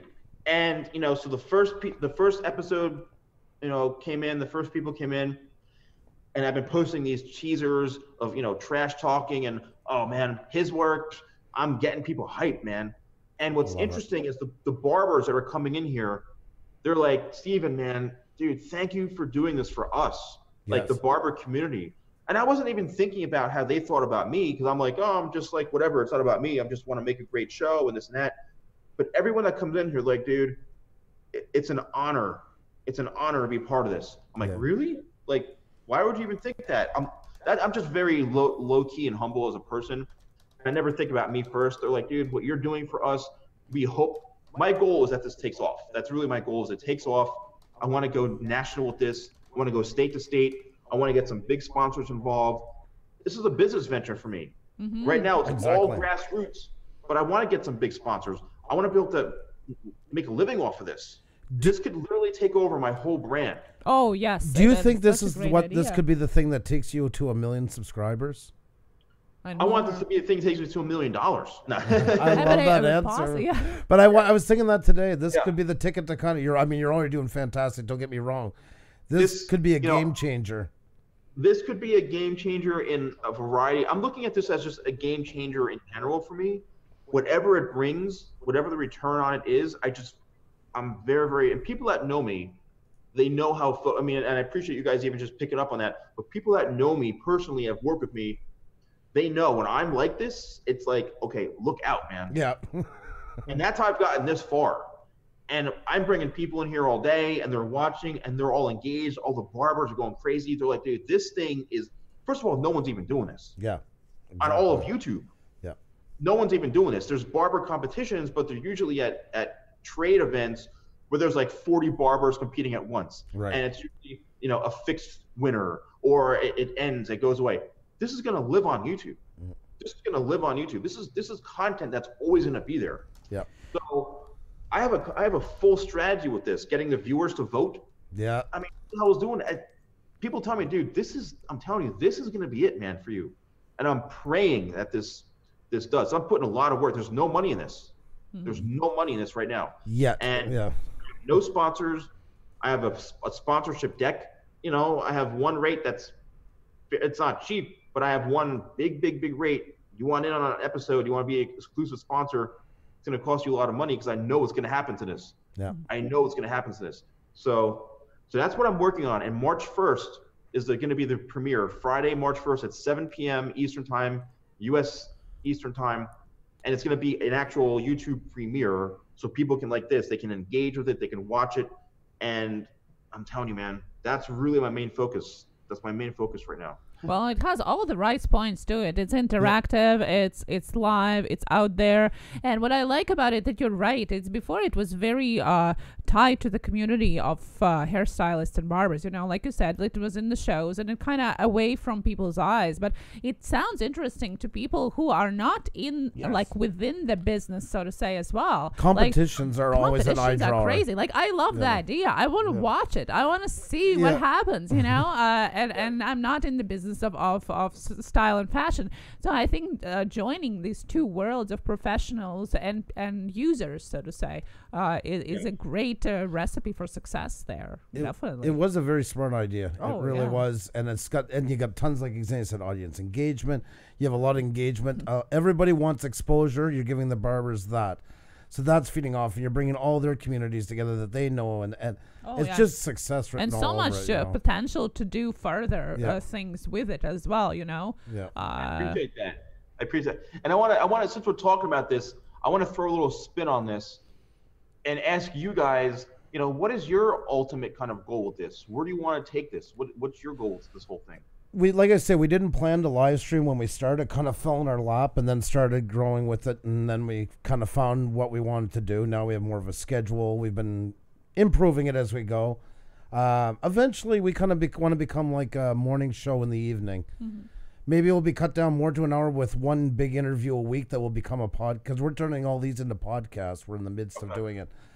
But maybe one good guest a week that's going to be on for an hour, and a half or an hour, whatever, and the rest will be like an hour a week of 10-minute clips. Say you're doing this for your competition, we'd have you on just like a newscast, maybe do a 10-minute spot about it, and what's going on in YouTube, kind of tying in, bringing some celebrities, some bigger YouTubers, and format any new YouTube policies, kind of like a bit of Phil DeFranco meets Chelsea, Tony and Chelsea. Yeah.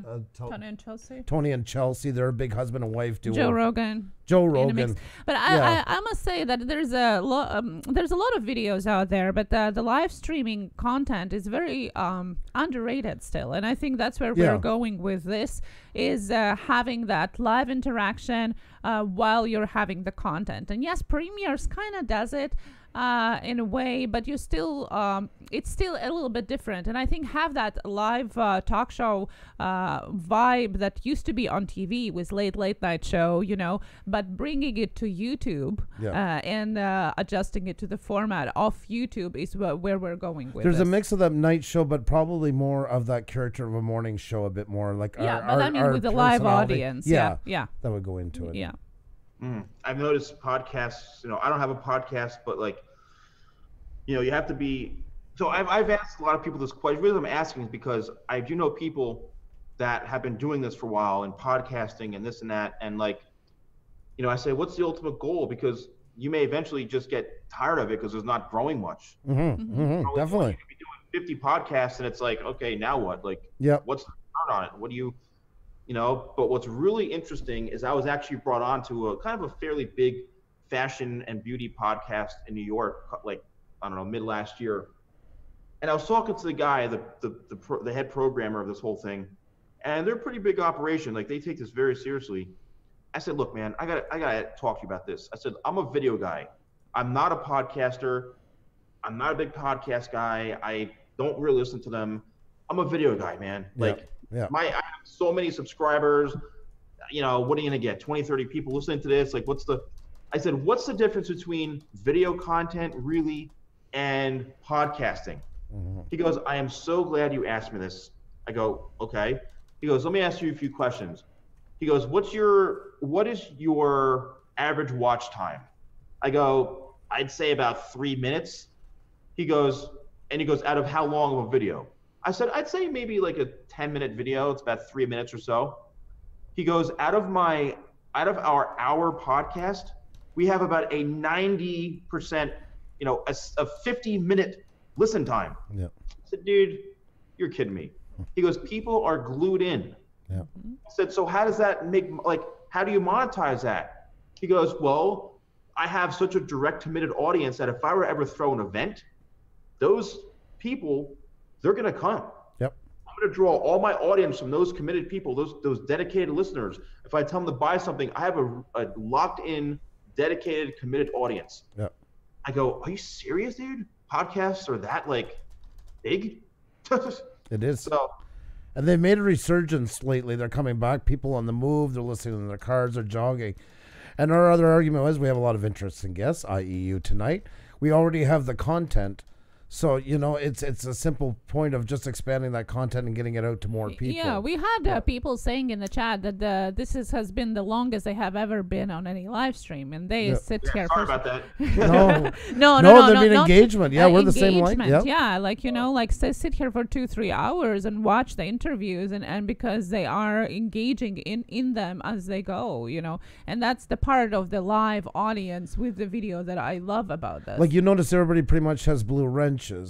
And the reason why we built this community, it's kind of like a co-op. And I always believe in the Clean City Initiative. If everybody has a stake in it, people care about it more. And that's kind of what we built onto. So that's why everybody kind of asking the questions. If we have anybody causing trouble, they're very quick to deal with it because it's like, not in my town, you're not doing that. So, you know, that's how we've kind of played. I said, you have a lot of admins in here. Everybody. One night we had 227 admins in at the same time. That's our high. And if somebody screwed around, it looked like gun smoke because it would all go gray for a minute where everybody had timed the same person out. It literally went gray the whole length of the chat. So I appreciate that, Gary. All these people are great, saying some great things. So I have a little time left, not a whole lot, but I want to just make sure I give some extra value to people that are listening. Is there anything? Anybody have any questions that? Watching, type in some questions if you want to ask about, you know, do you have anything else you wanted to kind of talk about or ask me before I start audience questions? I wanted to ask about the question about the promotion part of the things, and that's a big part that I think is missing in maybe in ours and lots of people's of YouTube creators as well. And since you're starting your new thing with the new show coming up on March 1st. Where do you go besides YouTube on giving the word out about what you're doing on YouTube? Yeah, well, it's a really interesting question. This really comes down to your sales strategy. Yeah. Your sales strategy. What are you actually doing to, hit people up and cold call or cold email or whatever? So my strategy is I have a small team of people who work for me, and they're amazing. And I give them a specific set of tasks to do. I'll say, okay, let's find people.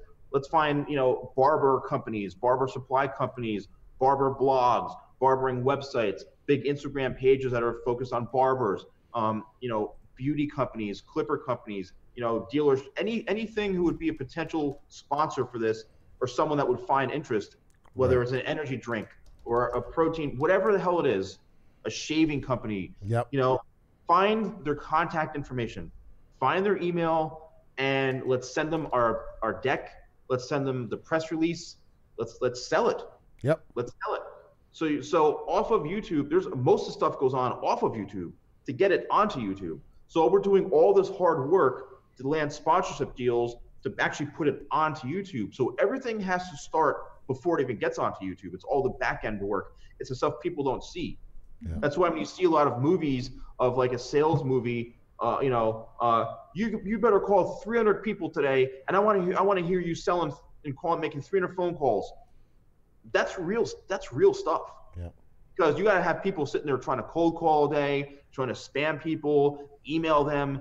If you send out one email a month to try to promote something to get a sale, well, guess what? Good luck on that. Yeah. You got to be constantly like from Glenn Roth, ABC. Yep. Always selling. Be closing. Always be closing. Sorry, I know that one. Yeah, ABC. Always be closing. Yep. Not in a real kind of sleazy, kind of scammy or spammy way, but you do have to do a nice, friendly kind of email, like, hey, we feel this would be a good match for you. This is what we're trying to do. If you'd be interested, let us know. I have a little bit more kind of relevancy and credentials to the fact that I can send them something and they go, okay, this guy actually, he's a legit guy. He's been around and he's got some stuff. Yes. And even I get no's. And, the no's are sometimes, I say to myself, are you like, really? Yeah, I know. I know. You could be directly connected to this thing. Yeah. Have it be a huge opportunity for you, and you're going to say no to this? Well, screw you. It is surprising. You're right. And I was going to ask you about that, about your no's and how you handle them, and if you get them. Yeah. So you have to do just as much work off of YouTube to get stuff onto YouTube. It's all the back end connecting, and these are people you don't even know. Yeah. But you also have to visit the people you know too, people who you've worked with in the past. Maybe all those 15 no's you've gotten, maybe all of a sudden that you spark their interest. That's right. Well, you know what? This is actually something I'm interested in. Yep. Well, it's about time after 20 no's. They take time sometimes. They do. Yeah. We used to do 5 interviews last spring, and it was too much because it's too much work, because people don't realize how many people you have to get in contact with and how many no's you go through to get yeses. We cut it back to 3 to keep the quality up. Yeah. It's kind of like my dating life. I'm going to get so many no's from women. Finally, one's going to say yes. There you go, ladies in the chat. If there's any, my love life is so bad, my hand rejects me. Thank you so much. The other night, I was telling myself, I have a headache. Right? Hey-o. So anyway, hopefully I'll get some nice laughs from the people in that room. I'll go, oh God, no. No, that's right. There you go. I do Brock next to me leading the pack. Yeah, there you go, Eli. Thank you so much. Stacy said, thank you so much. You covered a lot for us. Really appreciate your time and generous knowledge. Thanks for being here with us tonight. And yes, from us as well. Thank you so much. Lots of insight into the YouTube and life in general. That applies to anything that really we want to dream. And I owe you a big thank you for something, because you talk about going ahead and moving and all these things. Now we always do our general letter we send everybody when we ask them to check. Now we can say we've had a channel on almost 600,000. So now you've helped us up when we go to other people. You've actually added to our credibility tonight. So I want to thank you for that. I do. I mean that. So the one thing that's coming to mind right now, aside from your nice comments, is Stacy saying if she was single, she'd be ready to go. I'm gonna tell you one thing right now, Stacy. that guy that you're involved with, whatever his name is, don't worry about that guy. All right, I can be a good side piece. You know what I mean? No one has to know. It's fine. You know, wherever you live, that's what DMing is for. All right? No. Oh my God! Your hand won't be bitter if she comes into the mix. Yeah. Well, no, it'll be sore from typing. I don't know what to do. You know what I mean? But anyway. Oh my God! I'm sorry, you know, I know your wife is here. I don't know. No. Oh, that's okay. She's used to hearing me. Believe me. Need more of that into your videos. I really love your humor. Yes. I'm glad you show that because a lot of especially guys, we don't go into these channels as much. Just I would say not as many as do women. And I think it's great the way you do it. And coming on here tonight, so many people get to see what kind of a great outlook you have onto it. And it actually makes me want to watch even more of your videos. And I think a lot of guys especially are saying that right now in the chat. Yeah. It's fun. You have a different take and you bring that personality to it. And it speaks more to us, like I feel. You know, it's really cool. Yeah. I'm gonna tell you guys a joke. Can I tell you a joke? Yes, please do. It'll be a clean joke. It's clean. No problem. So there's an ice fisherman, right? And he's sitting down on his little stool, and he picks a spot and he carves a hole in the ice, and he starts to sit there and he's ice fishing. And he's sitting there, and all of a sudden, out of nowhere, he hears a voice, and the voice goes, "There are no fish under the ice."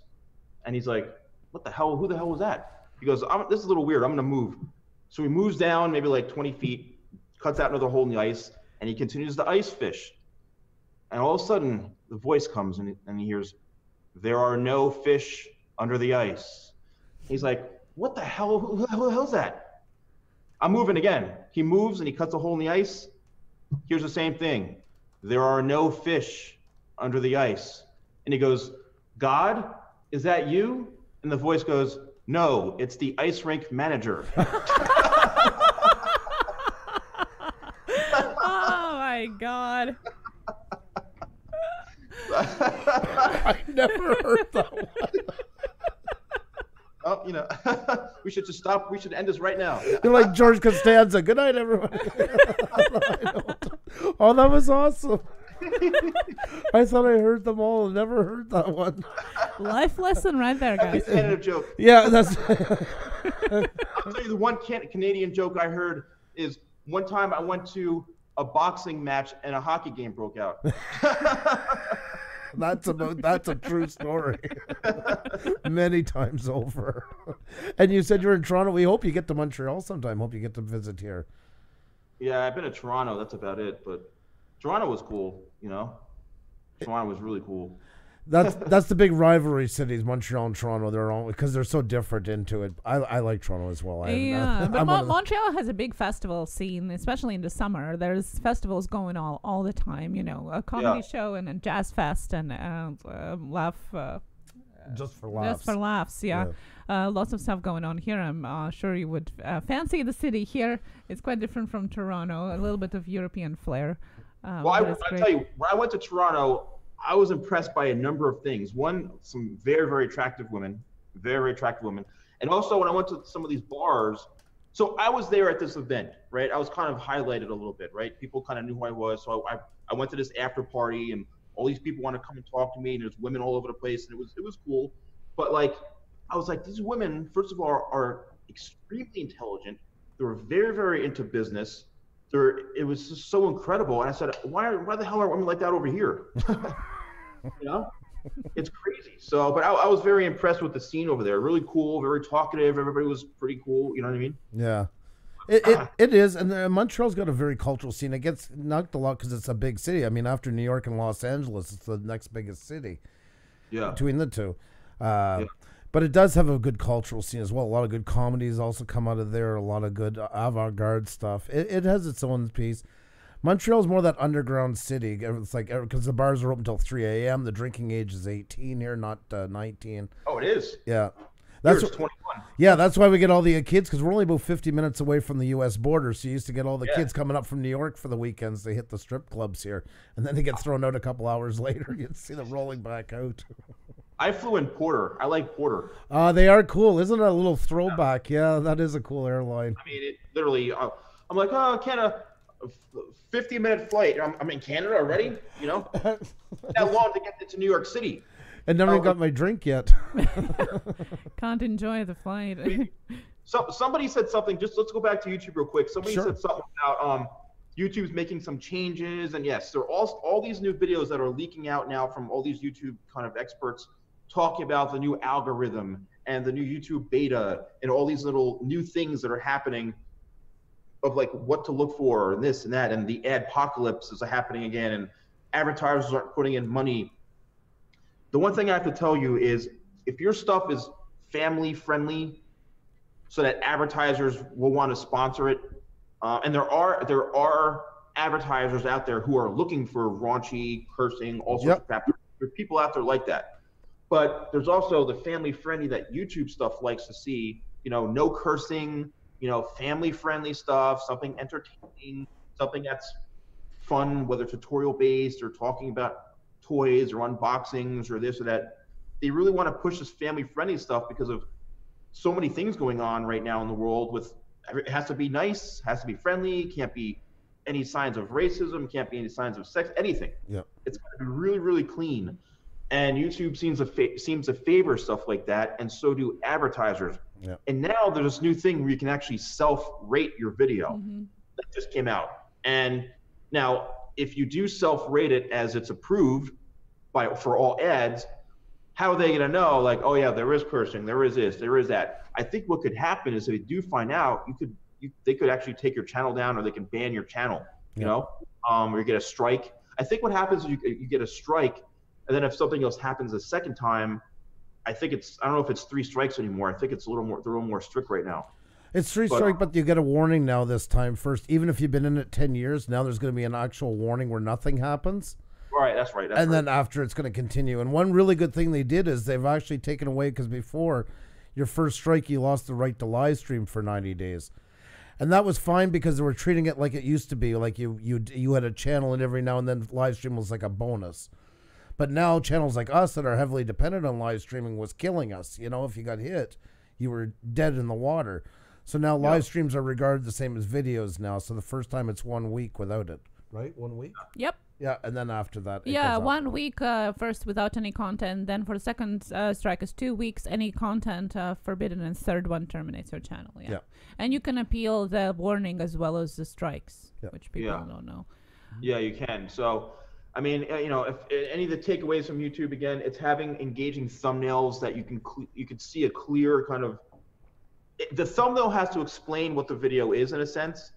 You have to be able to kind of tell, like for some of my best haircut videos, it's a picture of me kind of like holding the hair out. You see the hair, you see a clean section, you see what I'm doing, right? It's not like 18 million things, busy. It's super clear, and it really shows what I'm doing so that people are like, yes. Then they look at the title, medium length layered haircut. Right. So if I'm holding a piece of hair out that looks like it's a medium length layered technique, they go, oh, that's a cool thumbnail. The video, medium length, they click on it. Yeah. So they have to kind of be in sync. So the thumbnail is the first thing that transitions into the title, which has to be kind of catchy. And then the description kind of describes what it is. And then the tags are all kind of kind of reiterating what the video is about, you know, the different keywords specifically about the video. And that's kind of how, you know, that's how it all plays in. And there's all these other programs, like you mentioned, TubeBuddy and vidIQ and all these other things that do kind of help. I don't have TubeBuddy. I have used vidIQ. I've tried the, what's the .fm or Morning Fame? Morning Fame? Yeah, Morning Fame, morning dot whatever. I've tried that, and I'm still kind of confused at it a little bit. But you know, I'm just trying to really tweak my titles to make them a little more appealing and catchy, and it's actually been working. Yep. Actually been working. I think instead of going by a rating of, you know, a 78 score or this or that. Like, that's important, but like, you know, think of it as like a blog post almost of your title. Think of it like a blog post. That's something that's going to really want people to read your article. Yeah. That happened like last year with our first season of Tube Life. Like your title tonight, we have Best Hair Artistry, The Salon Guy, Tube Life episode, Puša Studios. Yeah. Last spring, you had to do it the opposite. Was Puša Studios presents Tube Life season 4, and then you at the end. And the algorithm just changed on its dime. So we had to go back and change all those videos to keep them relevant. We had to go back and change the titles, and it actually breathed new life in them. Yeah, and I think the smaller you are, the more important it is to kind of get into the bare bones of YouTube algorithm. Yes. And as you grow, it kind of you get more momentum going. You know? Get more momentum from the growth that you already have. At least that's what we see around with different like sizes of YouTubers. So as you say, you can have more of the catchy title and less see of the numbers of how it rates against the search engine, which is great. How did you come up with hair artistry? Who came up with that? Well, I did research the tags and stuff that could work with us with the channel that we have, because we have a variety of content here because of the people that come to visit us. So, and that's what tended to be the most favorable for now, but it can change afterwards. You know, we tend to change titles afterwards. Yeah, I'm interesting to see. So, all right. So there's a question for Gator Bite. Inspired me to start my YouTube channel. Well, I'll go over it again. I mentioned that a while back, but like, how did you feel when you hit your first 100,000 milestone? So I think a big milestone for me was when I hit 1 million views. That was kind of my goal, was to hit 1 million views.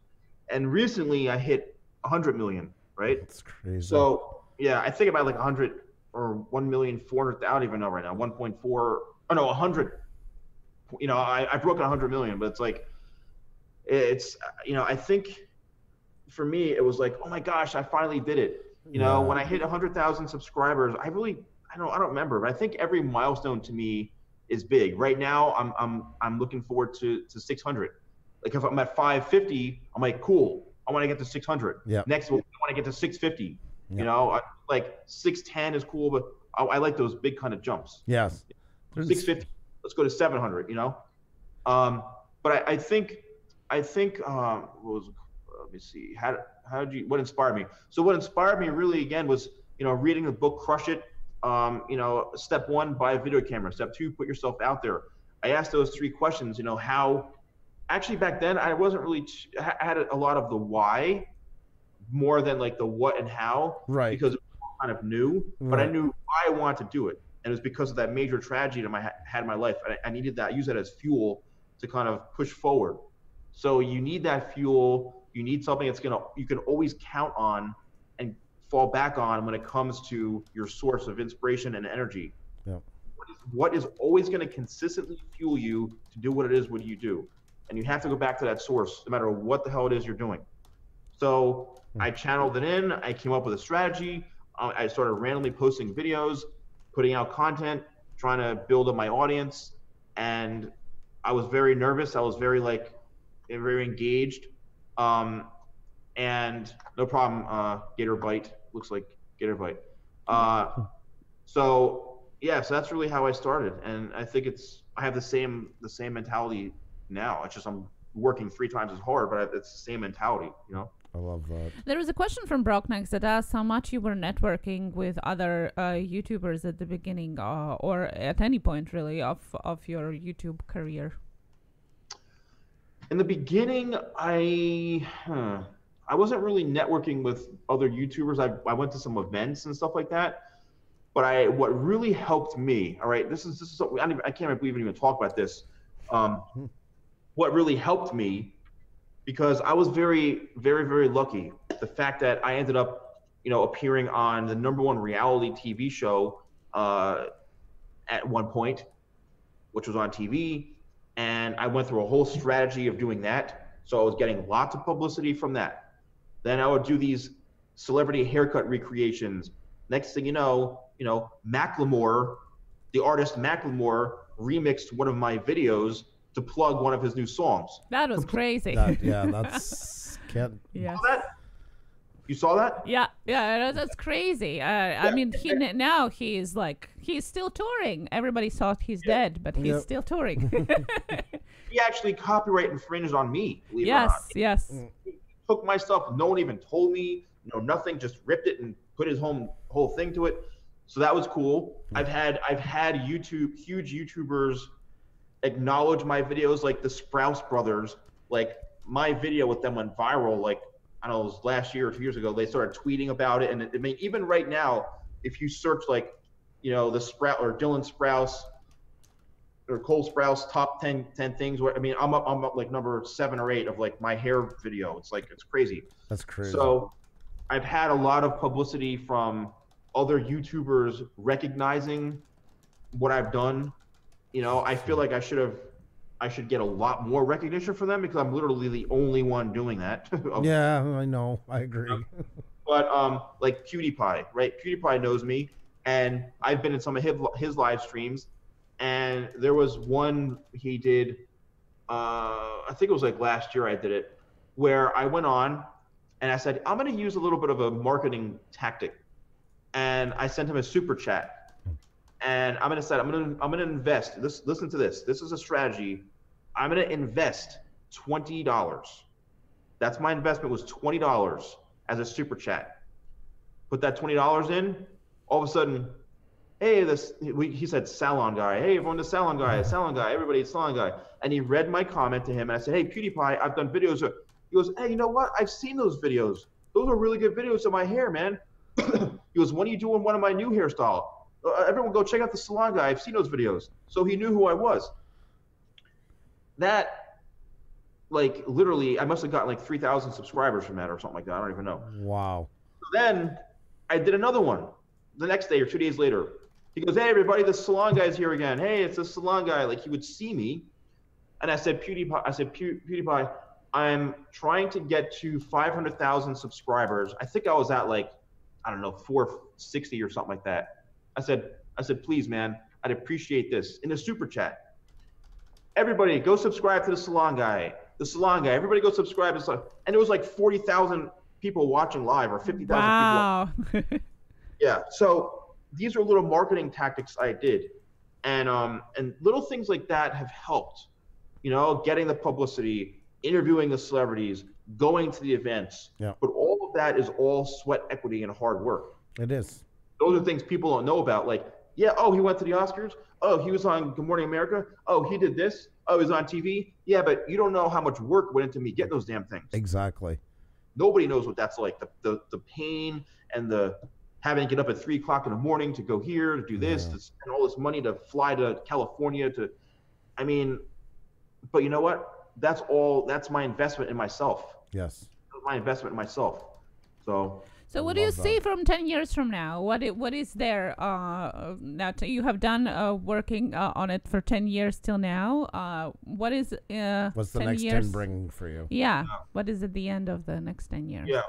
Well, I mostly look at, make sure that I'm healthy and things are good, and I just really want to have a nice, secure lifestyle. I want to be happy. I want to just be okay financially. I want to have a team. I want to be able to provide jobs to people. Yes. Or I want to have a really, really a nice company where I can have, maybe say 5 full-time employees where I'm paying them decent salaries and I'm taking care of them. Things are moving along. I want to be a household name when it comes to my hair products. I love my hair products. I want to grow that part of it, my e-commerce business. I have been toying around with going into stores and stuff like that, which is not that easy, but I want to continue to grow my hair product business, which I'm very, very passionate about. And also I want to have either, whether it's a TV show, or I want to have something, which my barber competition is, that could literally just live on and continue to grow and continue to grow. People will never get sick of it. Yeah. And I just want to be kind of a media, household personality, household name, where yes, the Salon Guy's at the Oscars talking about hair, or the Salon Guy's on TV, this show, that. I just want to build up to where I'm, again, kind of like a household name media person. I literally have the most marketable, best branded name you could possibly have. And I'm a registered trademark. So I've spent thousands of dollars in legal fees to be a registered trademark in a number of different categories. Right. And there's Otero Studios is grabbing opportunity by the horns. He's a very talented graphic artist, and he says, if you ever need a graphic person, let me know. I can tell you right now, I can't afford him. It's way too expensive. I can tell you right now. Well, and now he would say, I will do your first one for free. Of course. Hold on a second here. This, yes, I've heard of Guy Tang, of course. You know, a talented guy. He's got a great brand. I'm just not that type of personality. Let's just put it that way. I'm not that type of flamboyant person. That's all I'm going to say. He's doing a great job, but I'm like the complete opposite. But that's it. But you're being your own. That's what I was saying a while ago. What appealing, you know, your own identity is what makes you your brand. You. That's what I like. Yeah. It's that honest shoot from the hip. This is me. Take me as I am. Is what made your channel in a lot of ways. I would say. Right. And then Billionaire Charlie, how long have you had a head that big? Depends. Physically, I mean, I know I have a nice little chrome dome over here, but I don't know what exactly you mean by that, but I have no ego. No ego whatsoever. But I'll tell you right now, a lot of people, I've had black guys come up to me and go, yo, damn, man, you look good for a white guy. Damn. I'm proud of the shaved head. All right? People always talk about me being on red carpets. Do you see this brown carpet right here? Look at this. Brown carpet right there. Maybe instead of cab, we're related. You know how they say Justin Timberlake, he's bringing sexy back? I'm bringing Harry back. That's right. That's right. That's right. Now this is a man after my own heart. Well, we all like a little bit of caveman, you know. There's a lots of things. Some women like that, and some women don't. My mother hates a beard, but my wife loves it, so she always gets angry that Xenia sticks up when it starts coming out. She's the big supporter of it. My beard is short right now. I actually my beard was really pretty long, so you know I actually recently trimmed it down to short. But yeah, I mean, look, there's an audience for everything. This is true. Some guys like blondes, some guys like brunettes, some women like guys with shaved heads, some guys. I mean, there's something for everybody. You know what I mean? You wear it well, my friend. You wear it well. And you are just meant to be on YouTube. I want to tell you that. You are meant to be here. You are so what YouTube is about. And, yeah, I really think you're going to be an iconic part of this platform. I do believe that. Mm-hmm. Thank you. Have you ever watched any of my like celebrity interviews with people? I've watched about 6. Like I said, Xenia does a lot of research. Now tonight when we're done and later on, I'm going to watch for 2 hours because Xenia's got a whole list of stuff that I got to get caught up on. Yeah, definitely. The area of celebrities that you have met on the red carpet, you know, is amazing. Sort of one of the starter videos that you have actually is all the interviews with the celebrities, which is like, how does it, first when I looked as like, how does this guy get all these people? How does I'm going to tell you right now, you're laughing about that question, but I'm going to tell you right now how I got all this stuff. So basically, you know, my friend a long time ago, when I first started putting out YouTube content, I was interviewing, you know, Bob, the salon owner, you know, Mary, the salon owner. So my friend, who was actually on a TV show at the time, he said to me, he goes, dude, you got to attach yourself to stuff that's much bigger than you. Mm-hmm. I said, what are you talking about? He goes, you need to, this is a secret. I don't tell a lot of people this. This is my own. Everybody has to have their own little internal secrets, their success secrets that you need to be selfish about and keep them private. But now I don't mind sharing it with people because I'd rather it help people than. So he said, you need to attach yourself to something much bigger than you. I was like what? He goes, celebrities. I go, dude, what celebrities? How the hell am I going to find celebrities? He goes, it doesn't matter how trashy they are. Doesn't matter what the hell they're doing. If they're on TV, if they're known, if they're trash, whatever it is, they're getting talked about. You need to attach yourself to stuff that's much bigger than you to jumpstart your stuff. How do I do it? Where? Start going to fashion events. Go to New York, go to Mercedes-Benz Fashion Week in New York. It's a celebrity fest over there. I go, what? How the hell do I do that? You apply media credentials. You get credentialed as media or press. You go in there with your camera and you start interviewing people. I said, what? He goes, all those interviews you were doing with salon owners, now you got to go in there and start interviewing celebrities. Yeah. Okay. So I applied for media. I got approved. I got my credentials. The first time I went alone, not really knowing what to expect. I'm sitting there in the front row. There's like 15 celebrities where I go, oh my God, he was right. There's people all over the place. And then, you know, I got more used to it, and I go, I gotta get these people. So I asked a friend of mine, I said, dude, I need a camera guy. I cannot go do these interviews and get these people by myself. I need a guy. So now I have the camera guy. I've got the camera. I got the mic. I got my the Salon Guy mic flag on it. I'm ready to go. And I start going up to people. Hey, can I interview you? Hey, can I interview you? No. The PR people are like, who representing the celebrities? No, sorry. Who are you with? Yeah, no. I was like, this sucks. And then I realized I wasn't selling myself. And I basically have learned the art of selling in a short amount of time. You have about 2 to 5 seconds to sell yourself to the PR person. Then once you get through the PR person who's a gatekeeper, you get to that celebrity or that high profile person. Then you have maybe a minute to engage with them. So you have to come in strong. You have to tell them who you are, what you're doing, what you're going to talk about. Camera's ready to go. Okay, rolling, action. Okay, we're good. So, hey, I'd love to talk to you about hair, and we're here at Mercedes-Benz Fashion Week, and being a hairstylist myself, don't laugh because I have no hair, but what's most important to you? Is it hair? Is it makeup? Is it clothing? But, and then I ask them these questions, and I just bring them into my world where I talk to them like a normal person. It's not like an interview, like, who are you wearing today? Like, it's like, no, like, we're at a fashion show. I'm a hair guy. Like, are you a big hair guy? Are you into clothes? Like, what are you into? And we just talk. And next thing you know, I put down this complete strategy of how to get these people fast, how to be efficient, how to get the shots, how to edit them. I was like, we're like this tag team, man. We were indestructible of getting all these things. Yeah. I had this down to a science of how to interview people, how to sell myself in 3 seconds, how to get the yes, get the interview, get in and out, go to the next person, like a machine. And that's how I learned it. And then next thing you know, I started getting attached to bigger people, to celebrities. Then I'm on a TV show. Then this happens, and all of a sudden, the Salon Guy went from like, oh, he's like interviewing, Mary over here, to like now he's interviewing Regis. Yeah. Now he's interviewing Alyssa Milano. Oh, now he's at the Oscars. What the hell's going on? The Salon Guy? What the hell? And really, that right there is probably the most valuable piece of information. If someone's looking to do that, yeah. If they're looking to brand themselves, like you just said it before, I'm going to use this. We got the Salon Guy on. You can use that as a leveraging tool now. That's right. If you have Gary Vaynerchuk on, and I'm actually very guilty. Like I said before, I'm not a self-promo guy. I don't plug a lot of my own stuff. Do you know how many people who would have died to have been in Gary's book? Yeah, I know. That's crazy. Thousands. He even said it. Thousands and thousands of people applied to be in that book. Easily. And I sit there, I'm like, yeah, I'm in the book. It's cool. But there's probably people who make damn T-shirts. I am in Gary's book. Oh yeah, they put it as the first sentence of their Twitter bio. They legally changed their name to "I was in Gary's book." I'm not doing any of that, and I should be. I'm really.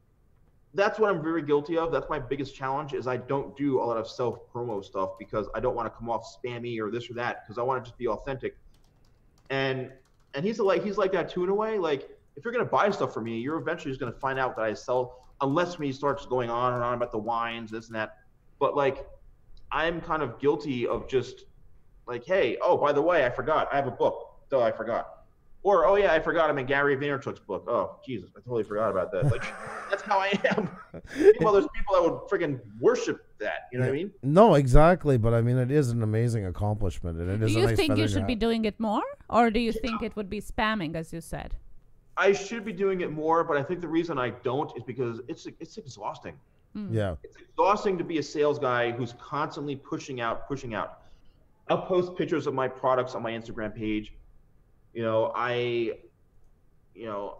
try to do little things here and there, but I think I would probably get a lot more business if I was constantly talking about media stuff. And oh, by the way, we manage media, manage YouTube channels. We do this, we do that. Right. Like if people kept hearing me say that every single day, they're gonna be like, I think we need to talk to this guy. You know what I mean? I just don't do that. I don't do it. So I'm guilty. It's kind of a cliche. I'm guilty of not promoting myself enough, just because I don't know.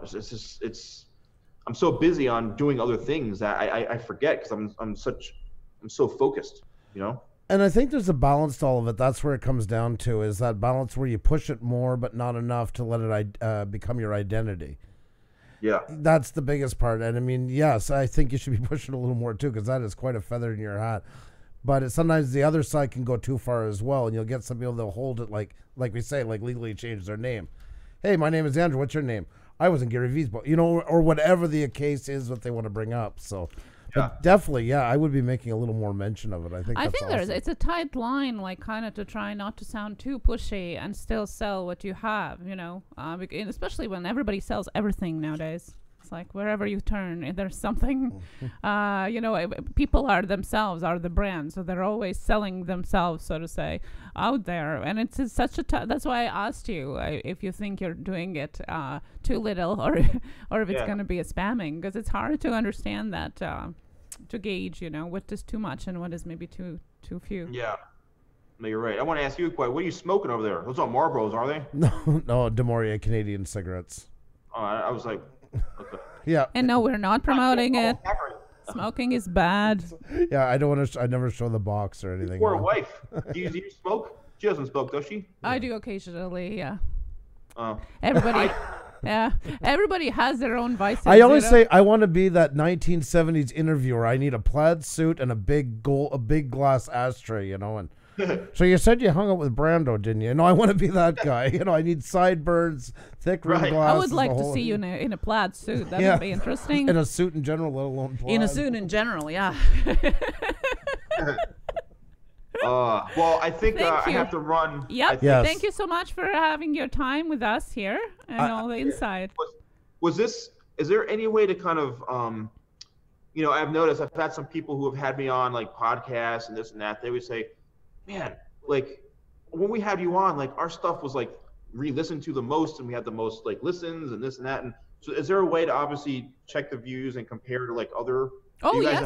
Most definitely. Of course. So once it uploads afterwards, it has the analytics towards it, and we get revisited afterwards pretty good as well after the live stream too. And the podcasts are coming soon. It's going to be a different format. It will be cut down a little bit, and they're coming back out, so they're going to be a new life in it, because we're going to do them as videos plus the podcast. We're going to edit it as video, cut them down from a live stream, make them more into like just the interview itself, and then use the audio from them is going to be extracted and turned in to promote the podcast. So we hope that we can definitely keep in touch with you, especially to follow along your new journey on getting that show up there. Phone. Sorry. My God. I forgot to turn that off. There, it shows you how professional we are tonight. Very. Yeah, so definitely I hope we can keep in touch with you with that and keep you updated on your views here as well. But definitely with the podcast once it comes up as well. Yeah. Make sure you use in one of the tags for your video just the Salon Guy, all one word. Yes. And then the Salon Guy is spaced out. I did. You use that. You did? Yeah. Yeah. Thank you. No, definitely. We want to get lots of traction, but we're going to keep in touch. Since we have a big guy, and he said he did with PewDiePie, we're going to jump on the wagon now. We're trying to hit 10K by March 29th. That's our 1 year anniversary of live stream. So it's true. We actually have announced it, I think, a month ago. Yeah, I put She looked at me like she was going to melt me with her eyes. We were under 5, but we were 4,000 and something, and he's like, "Oh, okay, we're going to make to 10K by 29th of March." You're like, "What?" But yeah, well, here we are. Look at this guy over here, Benjamin Chavez. That I missed the conversation. You damn did. Oh my God, Benjamin! Benjamin, what are you doing, man? You missed a whole bunch of stuff over here. We haven't seen Benjamin, but he's a new dad, so he doesn't get online as much now recently. But you and Ben's all about style and fashion and everything. Yes, his videos are all about it. Ben, you have to rewatch this because it's definitely exactly up your alley with the content that he's Lewis. Oh my God, Lewis. There's from Salon Interiors. Lewis, what's going on, man? This is some of my old clients in the house. Lewis, we got to talk, Lewis. Oh, welcome. I'm going to call Lewis out on this. I'm going to call Lewis. He's probably going to kill me right now. Lewis is a very, very nice guy.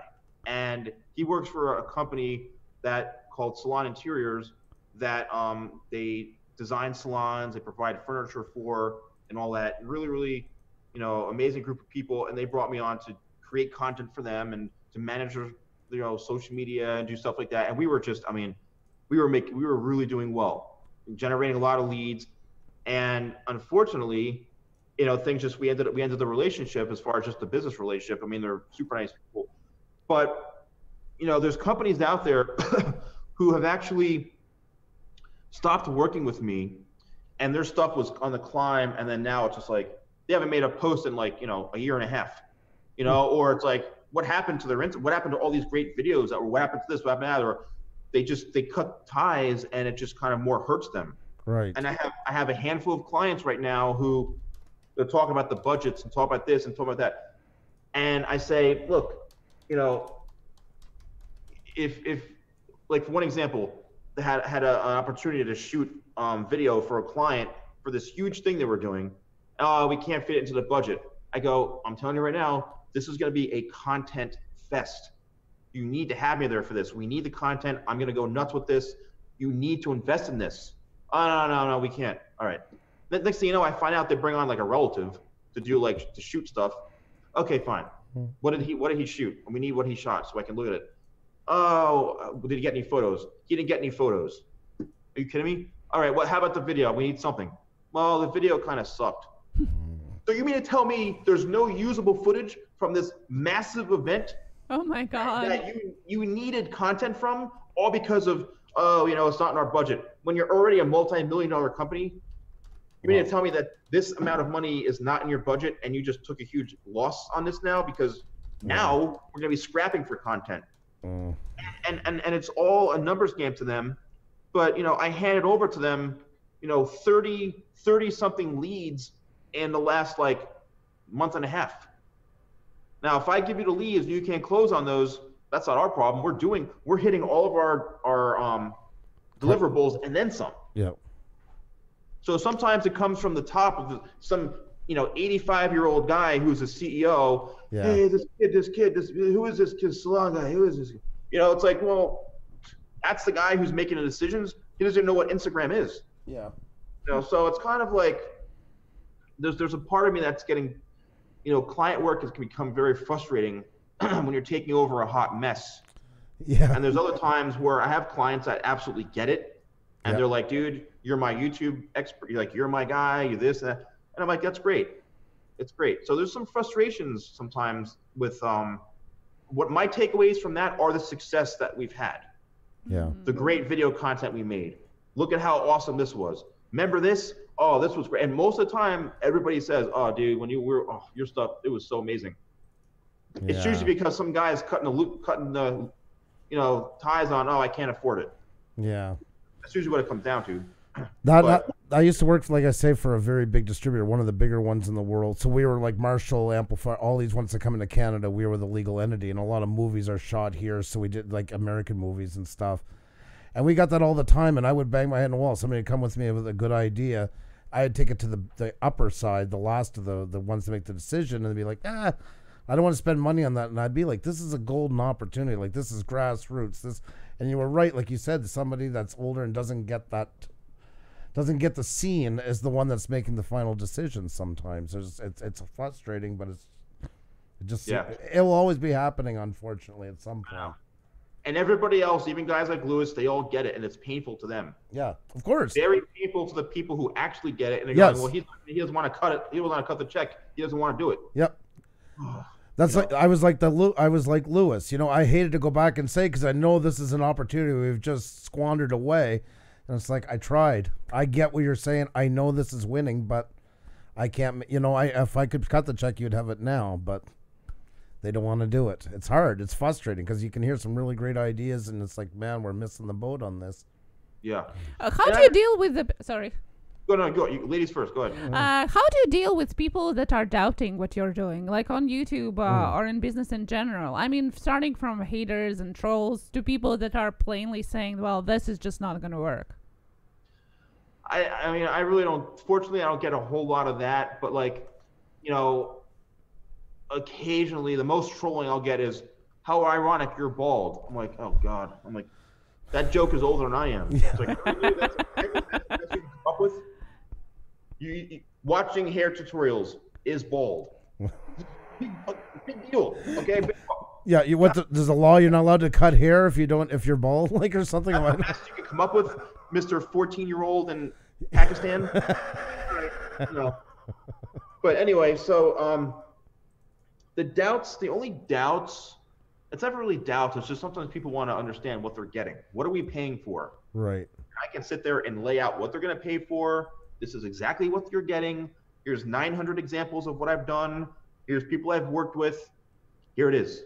Yeah. If this can't convince you, or if my passion can't convince you what the hell I'm going to do, then I'm not the right guy for you. Right. I tell people you have to be ready to bring a guy like me on. You have to be ready. I seen that. I was trying because you were talking. I didn't want to laugh. I'm known for my shirts. Yes. Okay? I'm known for my loud shirts when I work with clients, and everybody would talk about my shirts. You know. I was making the thumbnail for you, and I'm going to the videos, and I'm like, well, this guy's gold. Every shirt is a winner for a thumbnail. Like, there's no going wrong here. So. But yeah, so yeah, I mean, it's clear as day that I can really. I tell people, you have to be ready to bring me on. If you're not ready to commit to this, I'm not the right guy for you. Yeah. I actually tell people that. I go, I'm not the right guy. Sorry. You're that rolling freight train once it gets going. You got the blinders on. You know where it's going to go, and it's no stopping. Yeah. Yeah. And any person who I've ever worked with can never say, yeah, well, we didn't really know what we were getting with him. No one can ever say that. They couldn't keep up with me for the most part. That's the Jersey boy in you. Yeah. It is. I love it. I do. Lewis is a Jersey guy, and he's a sales guy. He understands it, you know, and you know, so it's really, really interesting. And I have to say, you guys are asking some really great questions, and I appreciate the engagement. You know, all my social media is all the Salon Guy. It's all consistent branding. Everyone wants to know about branding. Everything is consistent. You need to have it all consistent. Yep. I love. You're saying tonight stuff, and we don't have all the answers. We're still, but we've been saying these things, and you're just that proof, and that's why I'm loving this so much. Of somebody at your size that's doing those kind of things like that, and how much they do matter. So we really appreciate hearing them. Yeah, it mirrors a lot of what we've been trying to talk about with our viewers, and it is important when somebody with success like you have can kind of confirm it with the successful stories that you have on your channel and career in general. So thank you so much for your time. That is amazing. Thank you so much. It was so much insight, so much inspiration. You didn't disappoint, my friend. You were an honor to talk to. I love your style. I love it. And this is just the beginning. I really think your new series is going to be finally the one that truly, not to take away from almost at 600,000, but it truly is just the beginning for you. And I think this new series is really. I'm excited. I want to see it. I'm like, I want to see this stuff. So guys, March 1st. Yeah, have you seen the trailers on my Instagram page? I posted pictures. Oh, okay. Well, we're gonna go over and see that. We have been posting the links for the reminder link for your YouTube channel as well. So everybody that wants to go and check it out, click the remind button and the link so you don't forget it. March 1st, 7 p.m. Eastern. There you go, guys. Button's right there, so go and push it. I even see one of our viewers had, when I was over there a while ago, had already gone, pushed the button, and even talked in the chat already. Yeah. So definitely. Thank you so much. Let me ask you guys one last question. Sure. I want to put the two of you on the spot right now. Okay. Out of I don't say all the guests, but a lot of the guests you've had, where am I sitting right now? Am I up there or what? Am I one of your? Oh, of course. You like this or what? Yeah, you are you. I mean, the energy and stuff like that, and loving it. Some people, it takes them a while to warm them up, and that. Man, you were right off the grill, like right You're off the definitely get-go. pushing as a train, as you said. But it's also Lewis was saying that you're always over deliver, and I can agree. There's lots of knowledge to tap into. Yeah. And you definitely don't have to dig for answers, which is great and very rare. It is. It really, you made our job very rare. easy tonight. I can't stress that enough. So you made it easier for us, for sure, and definitely. And I'm glad you jumped into all sides of it, from the salon to channel growth to motivation and that. I mean, these are all things, even no matter if somebody's here tonight as a mechanic or whatever channel it is, they picked up a lot from what you were saying. So yeah. And I appreciate that. And thank you to everyone who was watching, everybody who tuned in, because again, I tried to share it with people. So, I appreciate everybody who's tuned in and who's said some nice compliments and who's gonna, follow my stuff. And I truly appreciate it and thank you guys for having me on. And I wish you guys a lot of luck too. You know, We appreciate that. We do. Thank you. You're part of our success stories. Every time we have great guests on, it makes us feel that we're accomplishing something on here. So thank you for that. yeah. Thank you so much. So, all right, guys. So I guess that's it. And I'm looking forward to seeing some engagement on here. And this was am I one of your longest you've had on, or what? I mean, this is a marathon over here. They used to go we had back when we had to first cut started. it. We had some that went up to like 4 hours, and it's just like we can't do that anymore. You're definitely the biggest YouTuber we have ever had here. By and far. we are definitely so thankful for that. And that you with chose everything to that spend comes some time it. with us. It does mean a lot. Yeah. It really does. You I help. appreciate that. And when I look at my, lastly, is like people come out and call me YouTuber, but when you look at sometimes as the whole spectrum of what I've done, right? Some people have called me celebrity, some people this or that or whatever, and I'm like, I call myself an R-list celebrity. I'm way down at the bottom. I don't know at the bottom. Yeah. But it's I think of myself as really an entrepreneur, and I never even call myself a YouTuber, but I know it's a catchy kind of phrase, a YouTuber. But I have done so many things that even huge YouTubers haven't even done. Yes, I agree, and that's why I like when you are describing yourself, you write a media personality. Yeah. And I think that is kind of notch on exactly. It includes everything what true. you've done besides YouTube, on TV, in magazines, printed, and all of that. It kind of combines it under one roof. Yep. Media personality, the salon guy, our guest tonight. And that's just beginning. There's going to be more added to those credentials. It's going to be a TV host very soon with his own channel. I can see it. With his own TV show on a channel. I can see it coming with this. Yeah. This is something big. Style. I hope, man. I hope. So, all right, that's it. I promise I'm stopping right now. Oh, no, it was our pleasure, and thank you so much for joining. Thank you for taking a chance on us when we met that day in that chat. That was awesome. Yeah, it means a lot. Thank you. Yeah, you guys are awesome. So thank you. Stay healthy and much success, you guys, and we'll be in touch soon. I hope we keep in touch. I hope we do. You take care, my friend. Have a great night, and thank you so very much. Have a good one. Bye now. Bye. Oh, that was awesome. What a great guy. Yeah. Take care. Damn, I had to ask him what to do with your hair. Yeah. No, okay. I missed the opportunity. That'll be a chance to talk again. He would be so cool, if you ever do that, get off to that, like we were saying, more of that kind of talk show stuff. Like a segment from him, and stuff like that. Like, he'd be perfect for it. Yeah, what a great personality. Guys, thank you so much for joining us, and all the social media links to our amazing media personality. So Salon Guy is down below in the description, and the links to his book on Amazon. There's only one left, so definitely go and grab that one, and more to come afterwards. His Instagram, Facebook, Twitter, he's everywhere, of course. Check out his website. He has his own hair care products as well available on his website. I can see them on his Facebook page as well. Check that all out. And of course, join him on March 1st on the premiere of the new show, Barber Battle. That's going to be amazing. What a great concept. Yes. And he's the perfect guy for it. His this, out of all he's done, I think most shows his personality. Or his personality is more entwined into it. I think this is where he's really going to shine.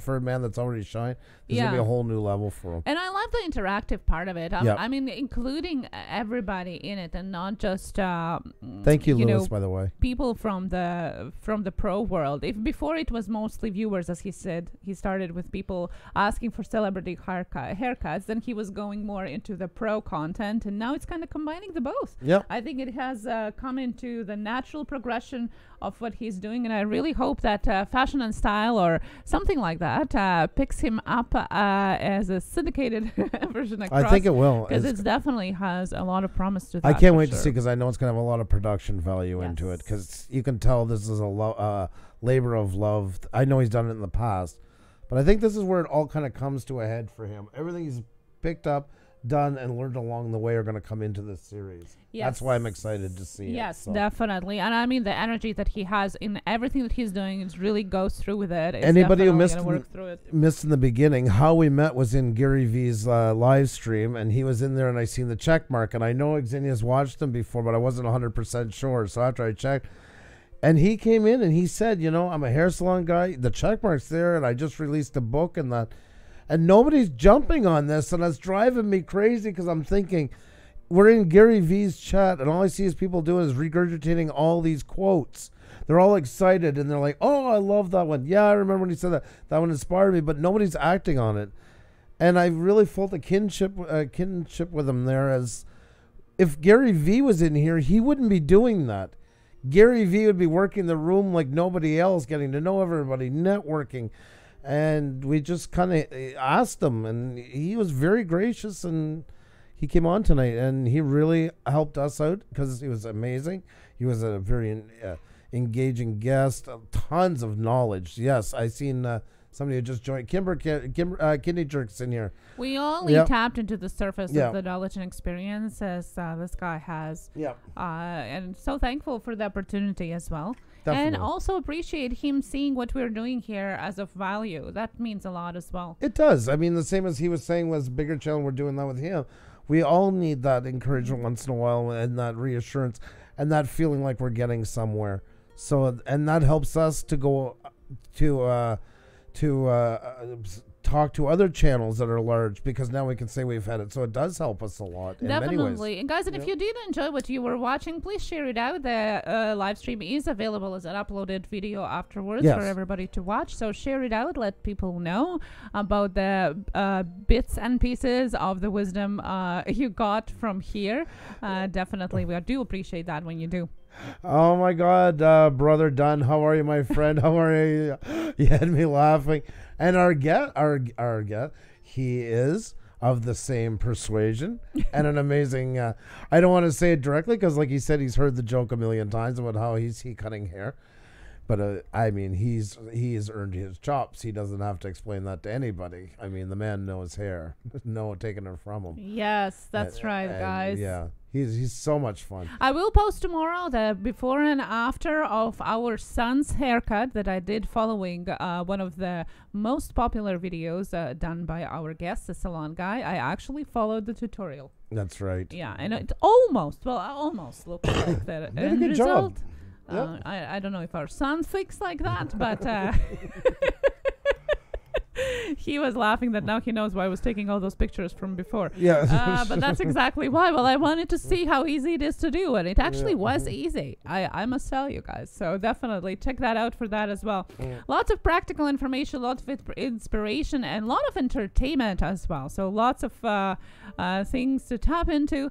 Check him out. As I said, all the social media links are down below in the description right after the title. Guys, this week we're going to have amazing guests following this, and it's going to be hard to top. Yes. Well, it's going to be hard to top, but we're going to try. We're going to have... Whoa, just wait a second. Slowly, I'm going to talk about Tuesday first. Oh, okay. Yeah. So Tuesday, tomorrow, we're going to have Tech Talk Tuesday, which is 3 hours of Think Talk, basically everything and anything about YouTube, photo, video, editing, all the questions, all the answers. You guys are welcome to put in the chat. We all discuss everything, what we all want to have questions are. We're going to start with homepage setup tomorrow, because that's what's been requested, and of course, new guidelines for YouTube as well. And Wednesday, we are going to have Minxlore123, who is a channel. Amazing. I have been binge listening to her for, about a week and a half, at least every evening while working. I've been listening to her. And she's amazing. She's an ASMR artist. She has been working with lots of YouTubers. She collaborates all the time with YouTubers of all sizes. And even today, by the way, talking about the grabbing bulls by the horn. My God, you're talking a lot. Holy man. Because I don't want to start talking. She actually commented on one of our tweets and suggested a collaboration with our tonight's guest of the hair ASMR, which I thought would be really cool. That is cool. Yeah. Yep. So she's going to be talking about ASMR, what it is, what it does to you, how does it work, and how to get into it. Your head is going to pop, lady, if you don't. I'm like leaning, you can't see it, but I'm leaning to the side, so there's no. Wow. And then, of course, guys, we have our guest Friday. Well, we have European shoutouts on Thursday. We'll get to that one after, but Launchpad Astrology, guys. this is going to be a phenomenal chat as well. Oh, yeah. Everything about science, universe, planets, everything you wanted to know about what we're doing here. Maybe we are from a different planet altogether. I don't know. He's going to be answering all that. He has been working at NASA on Hubble telescope. He's a scientist and astronomer joining us on Friday night. So lots of entertainment this week.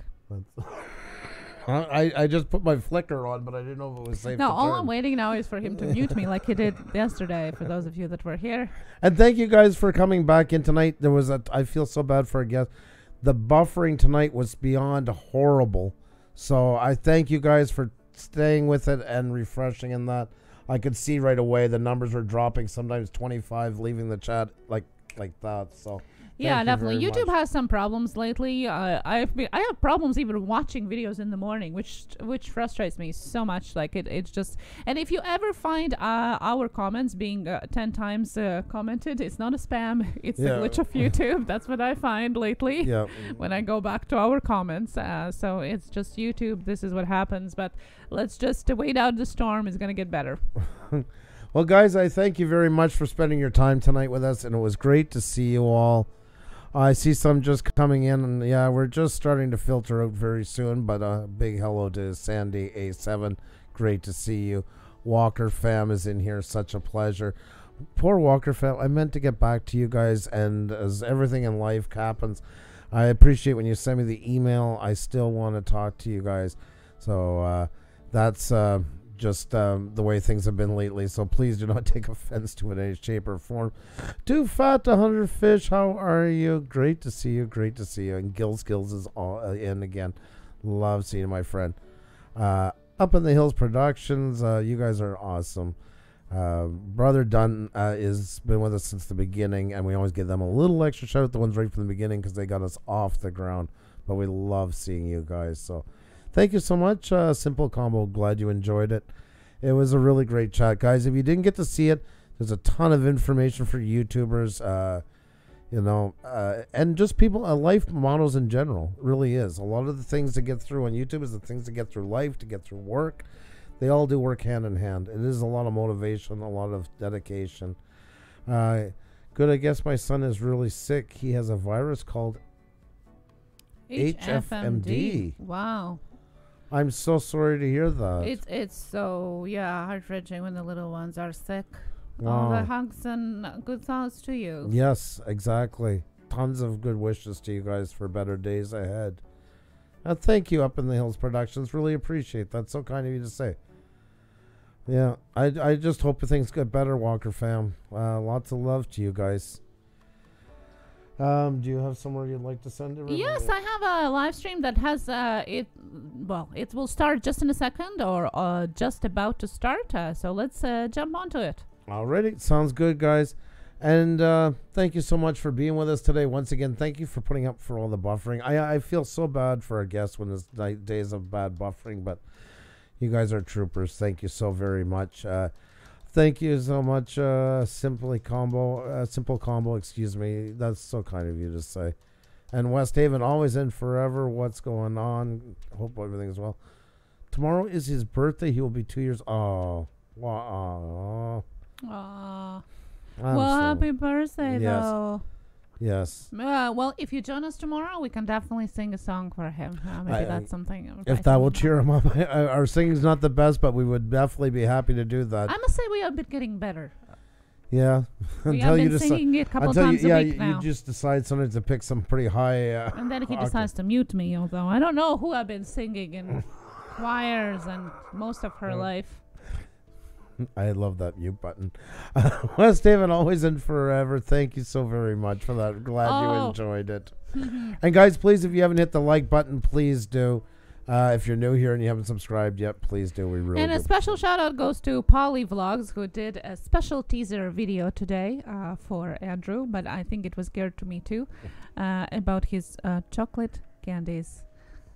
You are something, I must say. Thank you. Thank you. And I hope they're coming this way. Unbelievable. You did a teaser video. That wasn't funny. And next time, it's going to be written Xenia on it. I'm definitely gonna have to go check that out right after we're done. So thank you, Polly, if you're listening. Thank you so much. Now I want candy. I want candy. No, can't sing, copyright. Well, nomadic bike. Andrew can't handle your awesomeness. There you go. There, another one. No. Another for the more wifey. This is what happens when you marry a wife that is 10 years younger than you. You got to keep up. Oh, Jesus.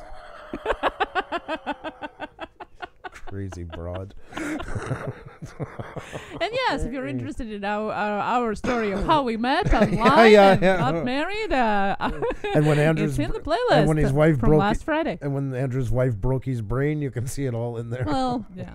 Yeah, exactly. Yeah. Oh, it's gone. I definitely should have asked about your hair. I'll have to message our guest. What to do with my husband's hair? Okay, guys. You cut it last time. I know. Now this is going to be my next one. Next project. See tomorrow. What have I done with Andrew's hair? Yeah, I'm cutting his hair tomorrow, guys. So join us tomorrow, and we'll see. Well, let's jump over to PSPR Paranormal. That builds a lot of confidence. Snip, snip, snip. ASMR. Snip, snip, snip. Dear God. Alrighty, guys. Before we ruin this anymore, we're gonna bail out here. Let's jump to PSPR Paranormal and show some love. They're about to start their live stream right there, so go check them out at hashtag from Puša with love, and I hope to see you there. Don't forget to hit the like button, guys. If you're new, please hit the subscribe button. Much love to you all. Much love to our guest tonight for an awesome chat, and we'll see you guys real soon. Be well.